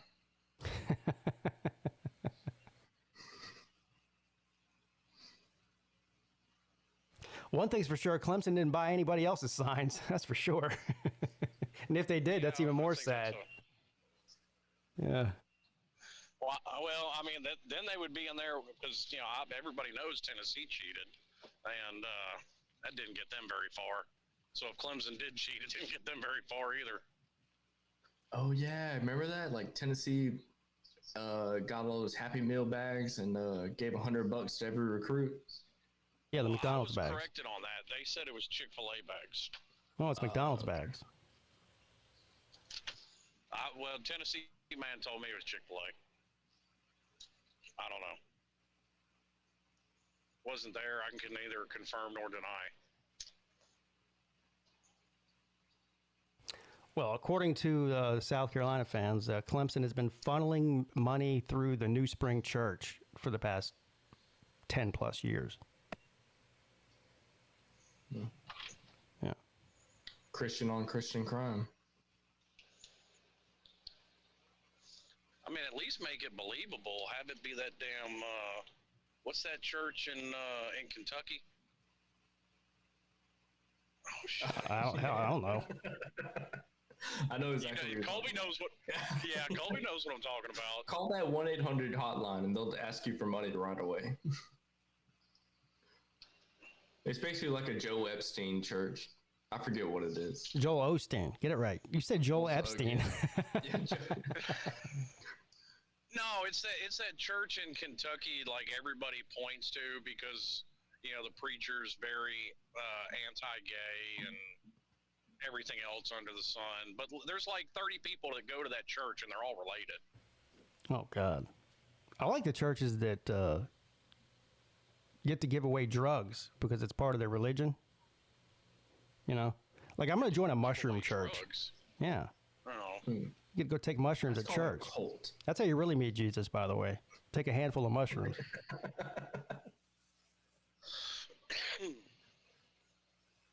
Yeah, 4 mushrooms and a 4 Loko, you'll be okay.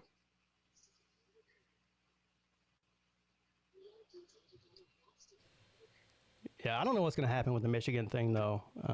If it's up to the NCAA to come with a ruling, it won't happen before bowl season this year. There's just no way. If the Big Ten, 3 or 4 years. Yeah, if the Big Ten decides to punish them somehow, I guess that could happen. I don't know. Has there been what are they going to do though? Say you can't go to the Big Ten title game? Yeah. Whoopee. The committee will still put an undefeated Michigan in the playoffs. You think so? Yeah. See, I'm more worried about the playoffs than the Big Ten. I think the Big Ten is Michigan's worst problem right now. Okay. What if they're not? What if Ohio State beats them? So then they're 11-1 and no championship game. Well, then they might get left out. But I mean, if they go undefeated and just get left out of the Big Ten title game, I mean, so far the committee's let in 2 teams that lost their conference title game. And they've also let in 2 teams with a loss that never played in their conference title game. Yeah, but you also have to factor in the rest of the teams, though. So if it comes down, of course, that's going to matter as well. Yeah. Because look, if Ohio State wins, they're getting in.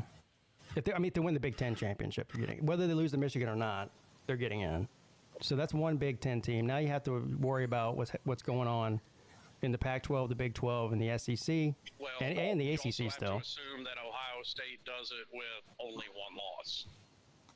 Right.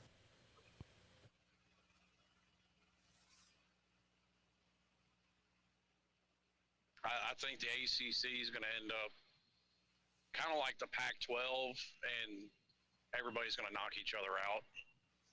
Well, North Carolina losing was interesting for the conference. They handed. I mean, Clemson wasn't out of it technically. They needed North Carolina to lose, and they did. And then Clemson went out there and laid an egg, huh? Yeah, I said yeah, but they needed to win. Yeah, they needed to win because they still play North Carolina. Yeah. Well, anyway, if they would have beat Miami, that would have been a head-to-head against Miami, a head-to-head against North Carolina. That would have put them right back in the thick of things. Yeah. Well, and I mean, that depends, obviously, like this week, what not this week, next week. Well, really this week, too. I mean, what's Duke going to do going forward? God only knows. I still feel like they're going to end up in the championship game either against Florida State or, well, I guess 3 teams, Florida State, Miami, or Louisville. I think Miami's going to end up taking another loss. I think Miami's out of it anyway. Well, I think so too, but mathematically they're not yet. Yeah, mathematically, technically they're not. But listen, that wasn't my goal for this season, so that really not even on my radar. Right. I mean, it would have been nice. It would have been icing on the cake, but it wasn't what I was looking for this season. You know, if they lose one more game, like I think they're going to, I'm not going to cry about going from a 5-win season to a 9-win season. Yeah, I wouldn't either. I mean, I'd be more upset just about the single loss to Georgia Tech than the overall record. Because that's not really, because I picked us to lose a game that we shouldn't. And like I told you, I picked it to be NC State, not Georgia Tech. But, I mean, at the end of the day, does it really make a difference? A loss to somebody you shouldn't is a loss to somebody you shouldn't. I'm still perturbed that they're playing Cade Klubnik this week. I don't get it. Oh, and to answer your question, yeah, Riley Leonard got hurt again. Oh, he did? Yeah, and some people were trying to make a conspiracy out of it that Florida State did it intentionally because on the play when it happened, like, there was a really bad face mask. Like, they, like, literally just snatched his helmet off his head. But I don't think that the player thought, oh, if I rip his helmet off, he's going to re-injure his ankle. Right. Well, I guess they didn't want to talk to us anymore. Even without Leonard, I'm still picking Duke to beat Louisville. I mean, defensively, Duke is one of the best teams in the ACC.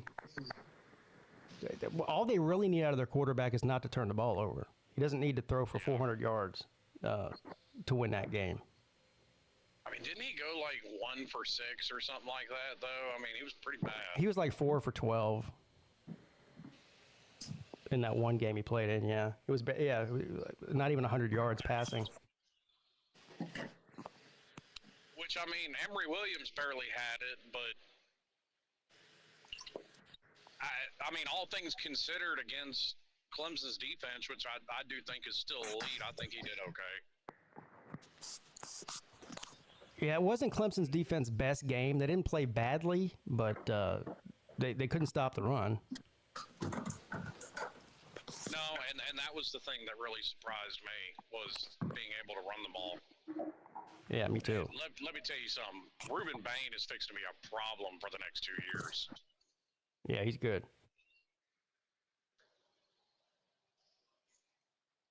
Yeah, Clemson defense not elite. I mean, they're a top 10 defense. I think they are legitimately, but they're asked to do too much. You know. Yeah, kind of like I think it's kind of a similar situation like Miami's defense in 17.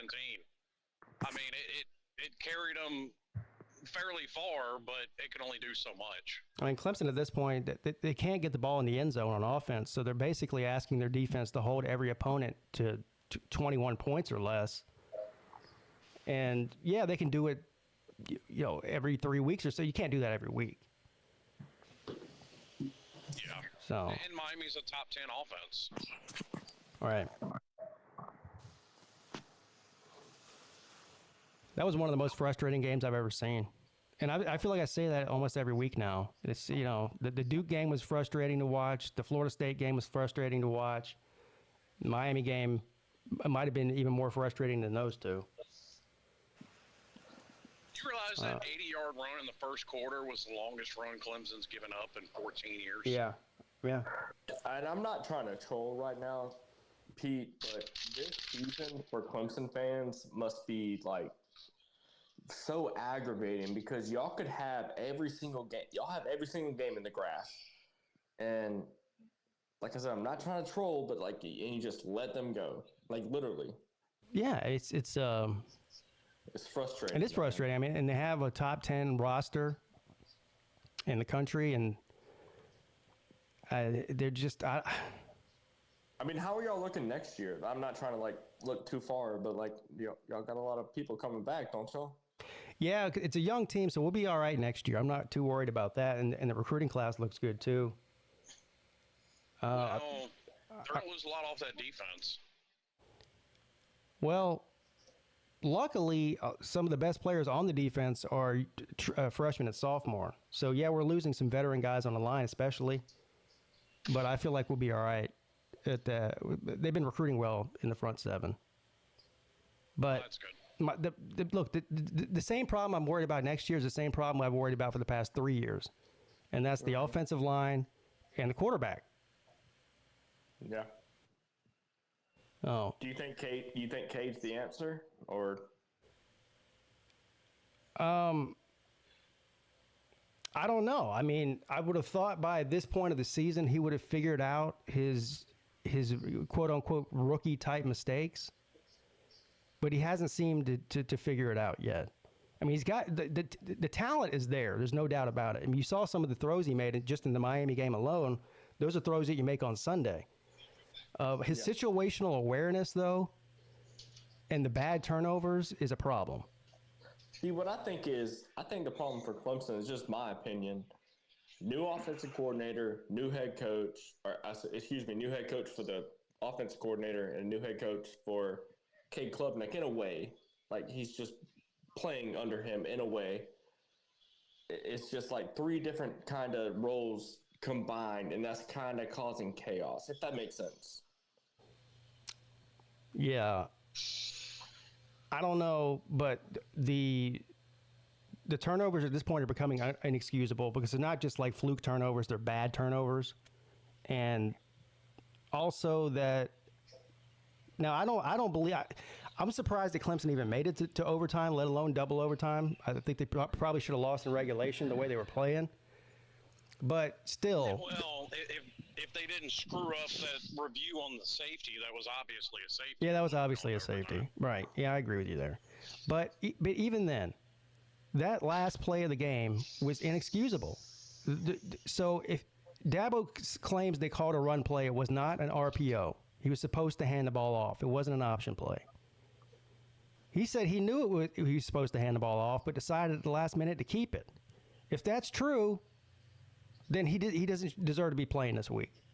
And I've heard a lot of people say that Maffa wouldn't have made it in. Or I think Maffa was running the ball, right, Pete?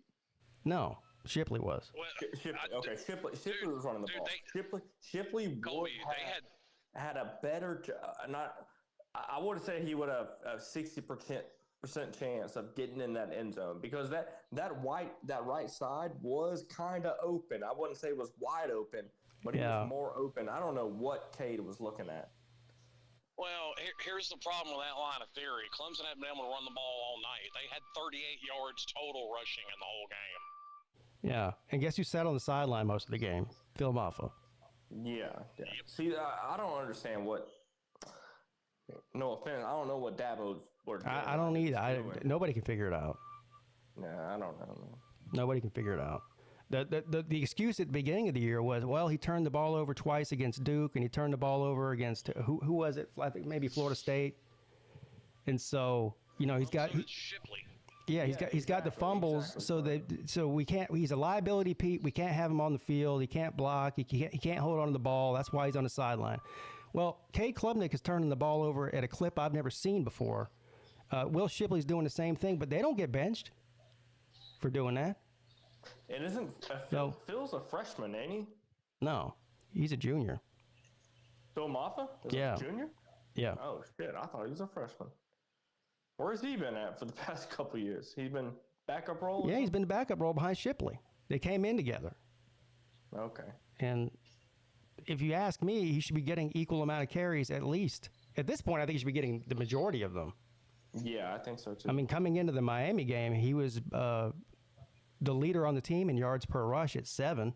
I think Shipley's somewhere around 5. Now, nobody ran good in this. Cade Klubnik carried the ball like 12 or 14 times for negative 21 yards in this game. That's his third game this year. He had negative yardage in a game, rushing. So why do they keep doing that, man? I don't know. And during the game, he busts off like a 7-yard run. And the announcer goes, I was talking to Dabo this week, leading up to the game, and Dabo really wants to see more of that. He wants Cade to run more. I'm like, why? You want him to run more, but you've got a very competent, good running back that stands on the sideline 95% of the game? I don't understand. He's not a running back. Yeah, I don't get that either. I get when you scramble and, play breaks down, pocket collapses, nobody open. Yeah, tuck the ball and run and get what you can get. But the 10 to 12 quarterback design runs. We saw the same thing with DJ. So they had a lot of success doing that with a lot of other quarterbacks, right? They had a lot of success running the ball with Taj Boyd because he was a good runner. They had a lot of success running the ball with Deshaun Watson because he was an elite runner. They had a pretty good success with Trevor Lawrence running the ball too. He's, although he's fast, big, he is fast. Same thing with Kelly Bryant. Kelly Bryant was actually more of a running quarterback than a passing quarterback. So you had a long list, 4 guys in a row there that were capable runners. So, yeah, I understand calling a bunch of quarterback design runs for those type of guys. Then we get DJ. DJ's not a runner. Well, even Trevor could scramble, and his long-ass leg could. Yeah. You've seen it. He could run for 50 Yeah, he outran Ohio State's entire defense for like 70 yards in that playoff game. He can move. And I'm not saying Cade Klubnik can't run, but he can't run as good as Phil Maffa. Sorry. That's not even a controversial statement. No, it's not. But, Dabo's whole thing is this is we've had the same offense for 15 years. This is the Clemson offense. It's not Garrett Riley's offense. It's not Tony Elliott's offense. It's not Streeter's offense. It's the Clemson offense. And my position is, well, you went out and stole Garrett Riley from TCU after making a playoff appearance. Maybe you ought to make it Garrett Riley's offense because Clemson's offense clearly ain't working. Well, and if you want it to be Clemson's offense, fine, but recruit guys that can run it. Yeah, they do. We have this system, and whoever plays quarterback's going to run this system. That's their philosophy. And the thing that pisses me off can run any kind of offense that they wanted to. That's exactly what sent Miami down the drain, because Rod Jasinski had a whole lot of success running a certain kind of offense with Ken Dorsey, but Brock Berlin was not Ken Dorsey, and whoever the 5-star was after him, Kyle Wright was not Ken Dorsey, and it just didn't work as well with those two.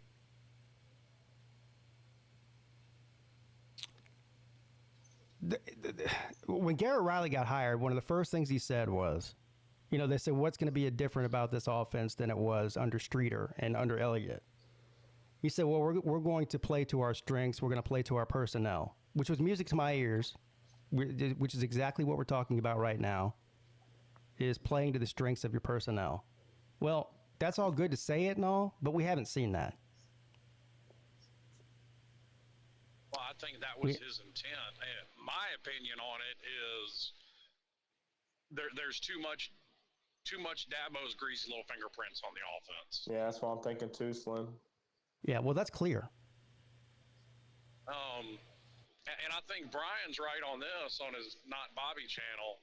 I think there are some position coaches that should not be on staff at Clemson. Well, yeah. Well, the guys who their first position coach job was at Clemson, and of course they're former players almost all the time, or promoted from within, as when they promote Wes Goodwin and when they promote Streeter last year from position coach to coordinator, instead of filling that position with a qualified, capable, proven coach from outside the program, they promote from within. I don't really have a problem from promoting from within if it makes sense. Yeah. But now, well, you got multiple guys from the high school level too, which I understand. Like, okay, we found this guy that was outstanding in Miami's got one, Jason Taylor. Worked his way up through high school, worked his way up to defensive coordinator at it was either IMG or St. Thomas. I can't remember which. And then got put on as a lower level. I think he was on the recruiting staff at first. And then they made him the DN coach when they needed another one after the last one left and went somewhere else. Yeah. But to have multiple guys from the high school level that this is their first coaching gig, I don't know about all that. I'm sure there's some pressure on Dabo I don't know how it's hard to figure out the dynamic there because to me, I don't feel like Dabo really has a boss at Clemson. I mean, I know technically he does. I'm sure the president's his boss, and technically the athletic director is his boss. But he's been there for almost 20 years as a coach. Just Graham Neff, he's a baby. He's like 37 years old. He's only been there for a couple of years, since Radakovich went to Miami. And I have a feeling it's more the other way around. He answers to Dabo. This is Dabo's team, King Dabo. So it's not. I don't think there's a whole lot of checks and balances. But I think there probably is pressure on Dabo, especially from the donors and the boosters, the money people, to make some changes. And I feel like whenever he lashes out at the fans and about his statement that he made last month about, I know a lot of people want me gone from here. I feel like he's speaking more about the big money donors than he is the actual fans. He's taking it out on the fans because he can't really throw the donors under the bus because he relies on them. But well, I don't see why any big money donors would seriously talk about he needs to be gone. That's dumb. Well, there might be. In his eyes, why not just like cater to the boosters? Like, I mean, obviously they are saying the right things, like the same things that we are saying. Like, why? I feel like just Dabo's too narrow-minded to just, or big-headed, if you want to call it that, to just change. So wait, so are the donors bandwagon fans? Yeah, I don't know. I mean, well, I've said it before. I think Dabo takes criticism about as well as a porcupine, and that's one of his character flaws, that he doesn't take criticism very well. You used to learn to take criticism well and not say crazy things like maybe we should lose some games. Yeah. Pete, I don't know how you are still on board with this guy after he like calls out the fans like that. Like, to be honest. Well, I don't like when he does that. I don't like when he does that. But also, there is something to be said for who he is to the program. I think he's a very important figure, and he has earned himself somewhat of a leash more than any typical head coach in college football has. But that also doesn't mean that it's just Dabo's way or no way. I mean, but that's what he thinks. That's what it's clearly what he thinks. That's why any criticism he gets, he points to past successes. No way. But this is a what have you done? This is a what have you done for me lately business. I love Dabo Swinney. I love what he's done for the program, and I think whether he's gone next year or 10 years from now, he's clearly left the program and the university and the athletic department as a whole in a better situation than when he took over the job there. But that doesn't give you a lifetime of criticism-free, Dabo won us a couple of national championships, now he's above reproach. No. Yeah, I agree with you. So do you think... And I think you're right that some of it is, there probably is no check and balance, like you said, because athletic directors come and go, presidents of the university come and go, and Dabo's probably the only person within 4 blocks in any direction on that campus that's been there for 20 years. Yeah. Yeah. So do you think Dabo threw the Miami game, or do I think what? That Dabo threw the Miami game? No. No. Yeah, Uncle Lou's been running with that one.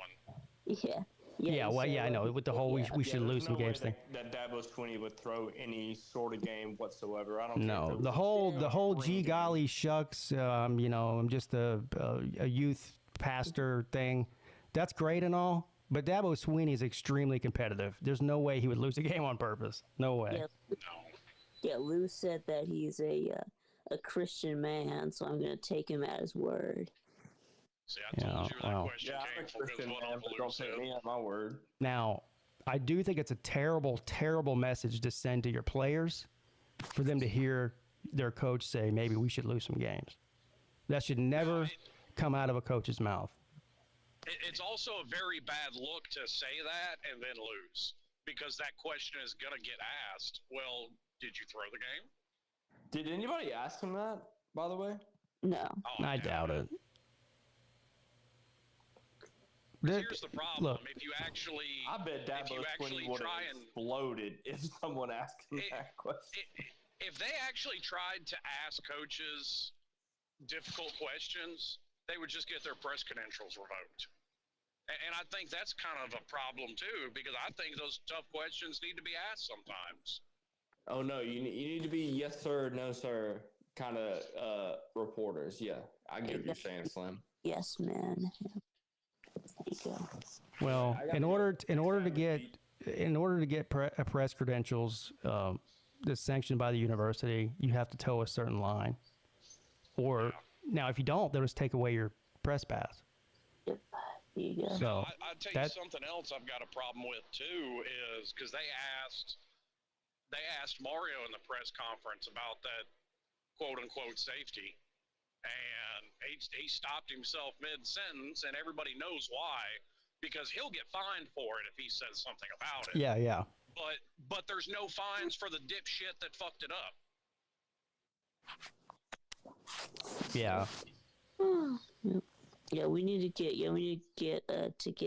get Pete a press pass, and we. I ain't got no interest in it. Yeah, we need to get. we need to get Slim a press pass. Listen, I would lose that thing within 3 questions. I'd lose my press pass the first day. I'd be interviewing Will Shipley, and I'd be like, "Hey, why can't you hold on to the fucking ball, dude?" And then, they'd be escorting me out. But I mean, that's the whole reason for it, though, for you to get a press pass. And, you know, get it revoked.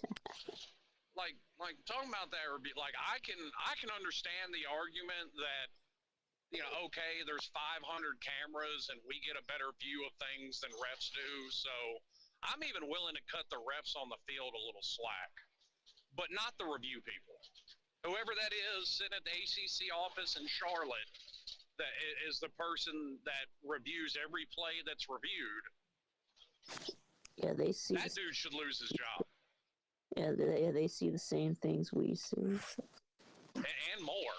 Because one thing they didn't show during, and I do find it weird that they didn't show it during the broadcast, was the view from the pylon cam. Yeah. It's weird too because, you know, typically if the call goes against your team or for your team, you tend to agree with whatever favors your team. But I was on Twitter during the game, and of course I saw that. To me, it clearly looked like a safety. So I went on Twitter to see what the Clemson people were saying. Everybody that I came across said that's clearly a safety. I mean, even Clemson people were saying that. Like no part of Cade Klubnik wasn't in the end zone. Yeah, no, it was definitely a safety. There's no doubt about it. Safety. I'm with you. I don't know exactly how they screw that call up that badly. I mean, and those refs were letting Nate Wiggins get away with a lot. I'm not even talking about PI. Like at one point, Colby George was getting back up, you know, after a play, reached out or just tripped up or whatever. They were both getting back up. And Nate Wiggins shoved his helmet back down into the ground right in front of a ref. Yeah. I'm like, what the fuck are you doing, dude? And then right in front of a ref, Nate Wiggins is talking shit to Colby Young. And I literally saw a Miami player in the Georgia Tech game flagged for not even a quarter of how long Nate Wiggins was talking. Like, if you're going to – I'm not for taunting penalties and shit, but be consistent about it. Consistency is the biggest problem in officiating. Yeah, like, I'd be happy if you tossed out the taunting penalties. Fine, let them jaw jack. I don't care. Yes, let them talk. They're just talking. Yeah, let them talk. Yeah, exactly. And if it gets left at that, no harm, no foul. And the coaches look at that. It's a bit different. Officiating crews do things slightly different, like especially when it comes to holding and the hand fighting that goes on in the secondary between the receiver and the defensive back. But usually within 5 minutes of a game, you can get a pretty good idea. Okay, they're going to let these guys, you know, be a little physical with each other and not call it. Well, that's where the consistency comes in, because then you adjust your coaching based on what the refs seem to be allowing in this game. And if it's not consistent, then it just screws everything up, you know. It does. And I'm sure that you would agree with this. Like if a receiver and corner are, I mean, if it's mutual hand fighting between the two all game, screw it, let them go. Be all right. Yeah, it's frustrating. I mean, you got to figure there's going to, like anything else in life, if it's a live ref and not a computer calling these calls, there's going to be mistakes made. But well, sure. But I don't really feel like since they started reviewing basically every friggin' play that the officiating's got any better. I mean, that's the whole point of the replay is to get it right, and more times than not, they don't, even with the replay. Well, and that's why I say that, you know, whoever's checking the replay, because you have somebody at the ACC office or the SEC office or whoever, there's somebody there that's actually doing the review. Like, it's not the referee. Sure, the referee's staring into a little, you know, quarter-inch by quarter-inch screen or whatever it is, but it's the guy at the league office that makes the call. Yeah, that's who he's talking to. He's got the headphones on. Yeah, that's somebody that you absolutely, in my opinion, can be held accountable because, like I said in the beginning, we get more looks at it than the referees get. Way more looks at it than the referees get. And going back to the Michigan thing, we talk about sign stealing. Well, one way to eliminate that is, I talked about this last week. I don't know why they don't just implement the helmet microphone or speaker in the helmet. The radio. Yeah, I mean, now this adds some controversy to that because I heard somebody talking about that yesterday, and apparently Jim Harbaugh is one of the people that's like spearheaded the campaign against that. Really? Coincidence? Now I don't know if that's true. That's just a rumor. Coincidence? There is a team, and I forget who it is. It's like a Division II team, so it's nobody even knows who they are. But last week, they experimented with some sort of video screen inside the helmet. Oh yeah, like a heads-up display for deaf players. Yeah, well, what this was it calls the plays in, and you don't hear it, but you see it visually on your visor. I guess you wear like a visor that comes down. And you can read the play. That way, there's no hand signals. Then you go to the huddle and call the play. Yeah, that was their original. The reason they were coming up with it was for deaf players. For deaf players, okay, that makes sense. Although deaf players can read hand signals. Well, they can. They can. I mean, I'm assuming. I would assume so as well. Shit, they can probably read hand signals better than anybody else. They're used to it. Got a lot of practice. Yeah. Right. I don't know. I mean, I don't have a problem with them putting, you know, a speaker in the quarterback's helmet. Whatever. Makes sense to me. I mean, that way, that's something they let them do in the NFL, and from what I've heard, in some states, it's even allowed in high school. Yeah. Okay. Even if it's just a speaker, though. I mean, this isn't like a new thing. The NFL's been doing it. They perfected it. It works fine. I can't really remember any sort of controversy in recent years of that being a problem. So I don't know why the college wouldn't adopt that. I mean, and listen, there are still ways to, because all you have to do is find the right frequency that they're transmitting on. So, I mean, there's still ways to steal shit. Yeah. I mean, I don't think anything's foolproof. You can hack their system. Yeah. Again, though. Well, I think it's a little lower tech than that, but. Again, we haven't really heard of any problems in the NFL all this time with that. No. So. Yeah, you can intercept the signal. Yeah. I see what you did there, Vic. Good pun. Well. Nick Saban said something about it this week. What'd he say? That bringing up that, you know, they should just allow them to put a speaker in the quarterback's helmet. Yeah. Then you ain't got to worry about stealing signs. Right. I mean, they have no problem implementing all these new rules with the clock and the targeting. Whatever new rule they come up with, it gets fast-tracked right to the top and with no problem. But when it comes to something like this, it just seems obvious. Mm-hmm. You know. it's got to go through 75 Yeah. subcommittees. Right. It doesn't make a whole lot of sense to me either. No, it makes little to no sense. Well, they do that for deaf players. What do they do for blind players? Cade Klubnik has a vision problem. You can't tell his players from the other players, so I'm assuming he's got an eye problem. Well, Jameis Winston went and had LASIK, so maybe that'll help. Yeah, Oh, there yeah. you go. Yeah, get LASIK. Yeah. Get I mean, LASIK. like, there's a couple of these for Cade that you can, okay. Like, I even said it on the ACC show after the game. When he took that shot and fumbled against Florida State, I mean, there's probably at least 128 quarterbacks in Division I football that if they took that shot, they probably would have fumbled the ball. You might ask who wouldn't have fumbled. Yeah. Right. But some of this stuff, man, like, I don't know, like, I can only imagine, I can see Pete sitting there pulling his hair out when Shipley fumbled trying to get into the end zone in the first quarter. Well, unfortunately, I'm used to it, so I've almost come to expect it. So when it happened, I wasn't shocked. When it happened against Duke, I was like, oh my God, like the chances of that happening, not once, but twice, but 3 times in one game is, But now it's like when they get down to the red zone, I go, okay, who's going to fumble it now? It's like, I mean, Miami's had some of them problems this year too. I mean, well, look what happened. You had that 80-yard run right afterwards, and Brashard Smith starts to hold it like a loaf of bread because he doesn't realize. yeah, he fumbled it too. Yeah. Ass. Luckily, the hustle by the other Miami player right behind him was able to fall on it. Yeah, For Colby him. Young was right behind him, so shout out to him for not giving up on the play. Yeah, no doubt. Because most players do on something like that. Yeah, because you just figure he's going to run into the end zone and that's going to be it.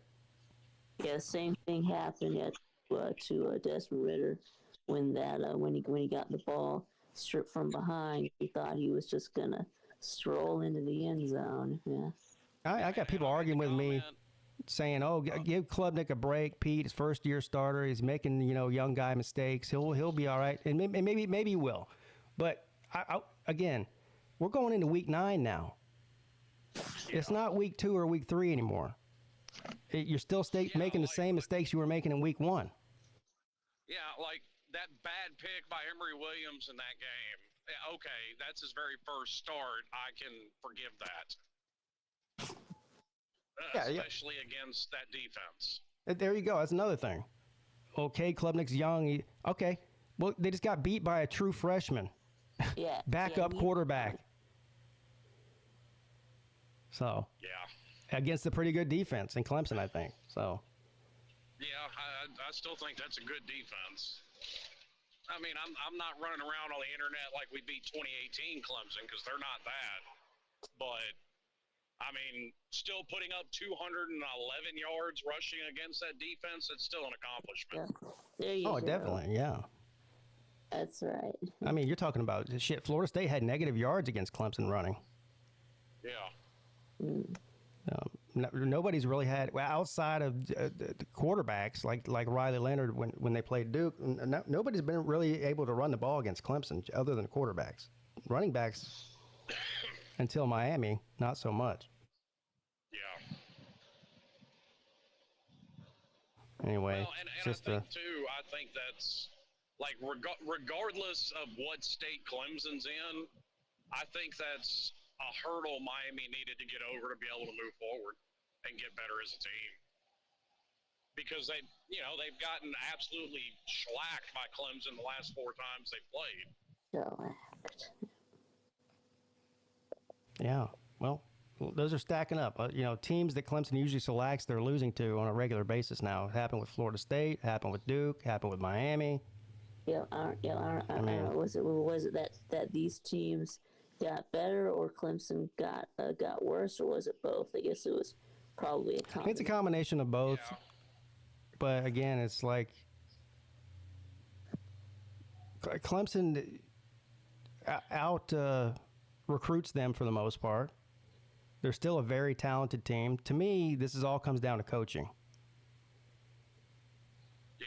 Well, I mean that talent gap is shrinking. Yeah, a little bit more year by year. Clemson's still recruiting well. They just got a hard commit, and they ended his recruitment to Brian Wesco, 5-star wide receiver out of Texas. He's going to sign this year. We got a 5-star running back coming in.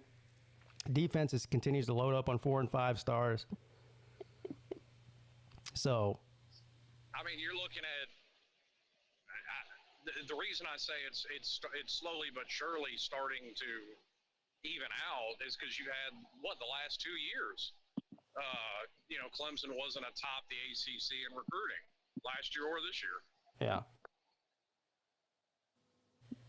Yeah. So, like you said, for the people that want parity, that you're getting there. Yeah, and the transfer portal's clearly changed things. I mean, look at Florida State. Yeah. Well, we all know your opinion on that. I mean, Yeah. I think Clemson would be. I mean, look, despite bringing in, 2 of the best offensive linemen in the country in the last class, Mario saw that he still needed somebody else, and he went and got Matt Lee from UCF, who's grading out as the best center in the country right now. Right.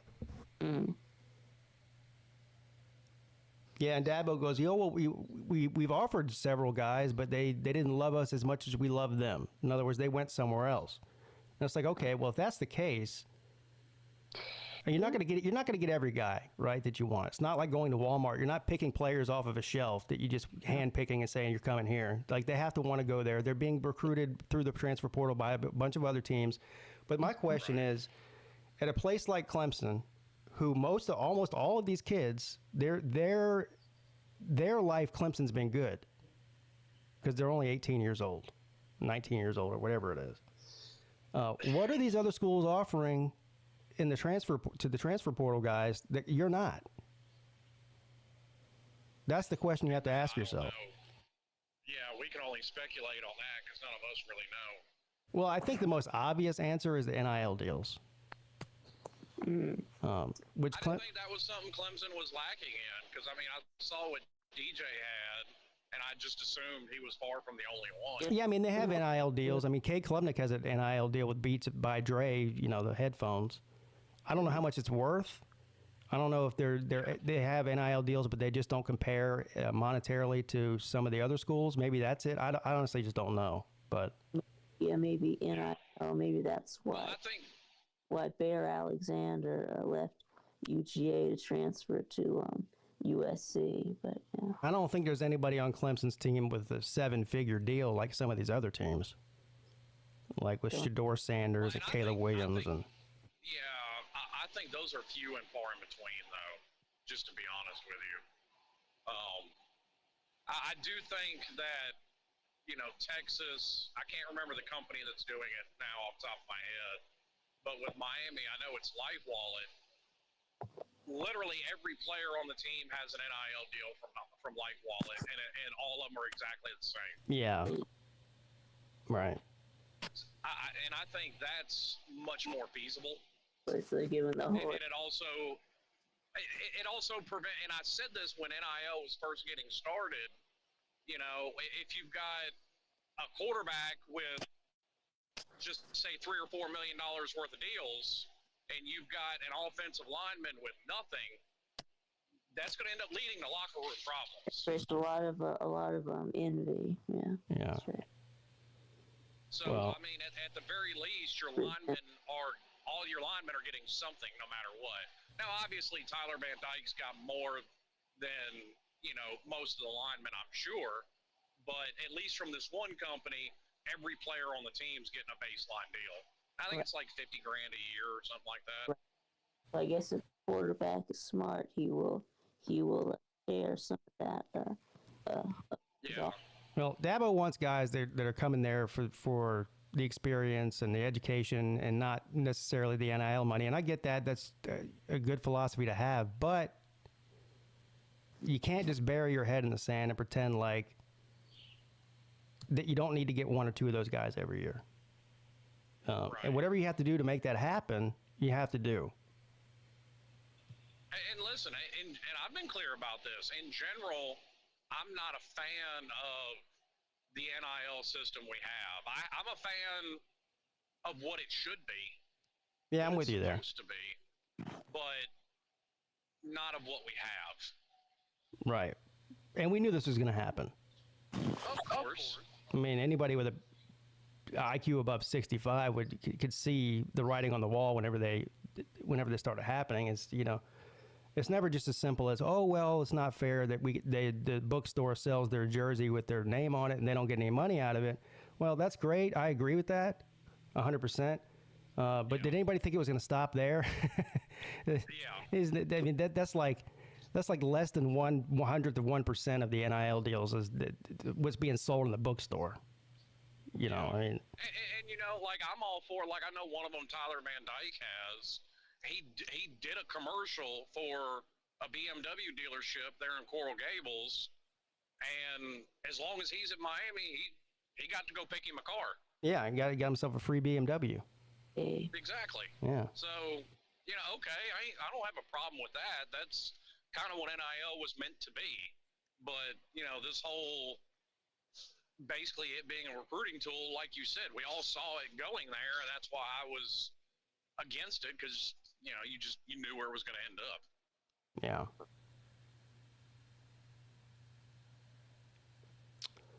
Yeah. Yeah. I do have to go, though. I'm actually late. Okay. Late. Putting in overtime today. Yeah, overtime. I got to make up for my lost time here. All right. Well, Vic, too, what do you got going on today? You got a show tonight, 6 o'clock? Yeah, that's right. Yeah. Any big plans for that show? What's the topic of discussion? I don't know. No, we don't really have anything. All right. So like a Friday free-for-all.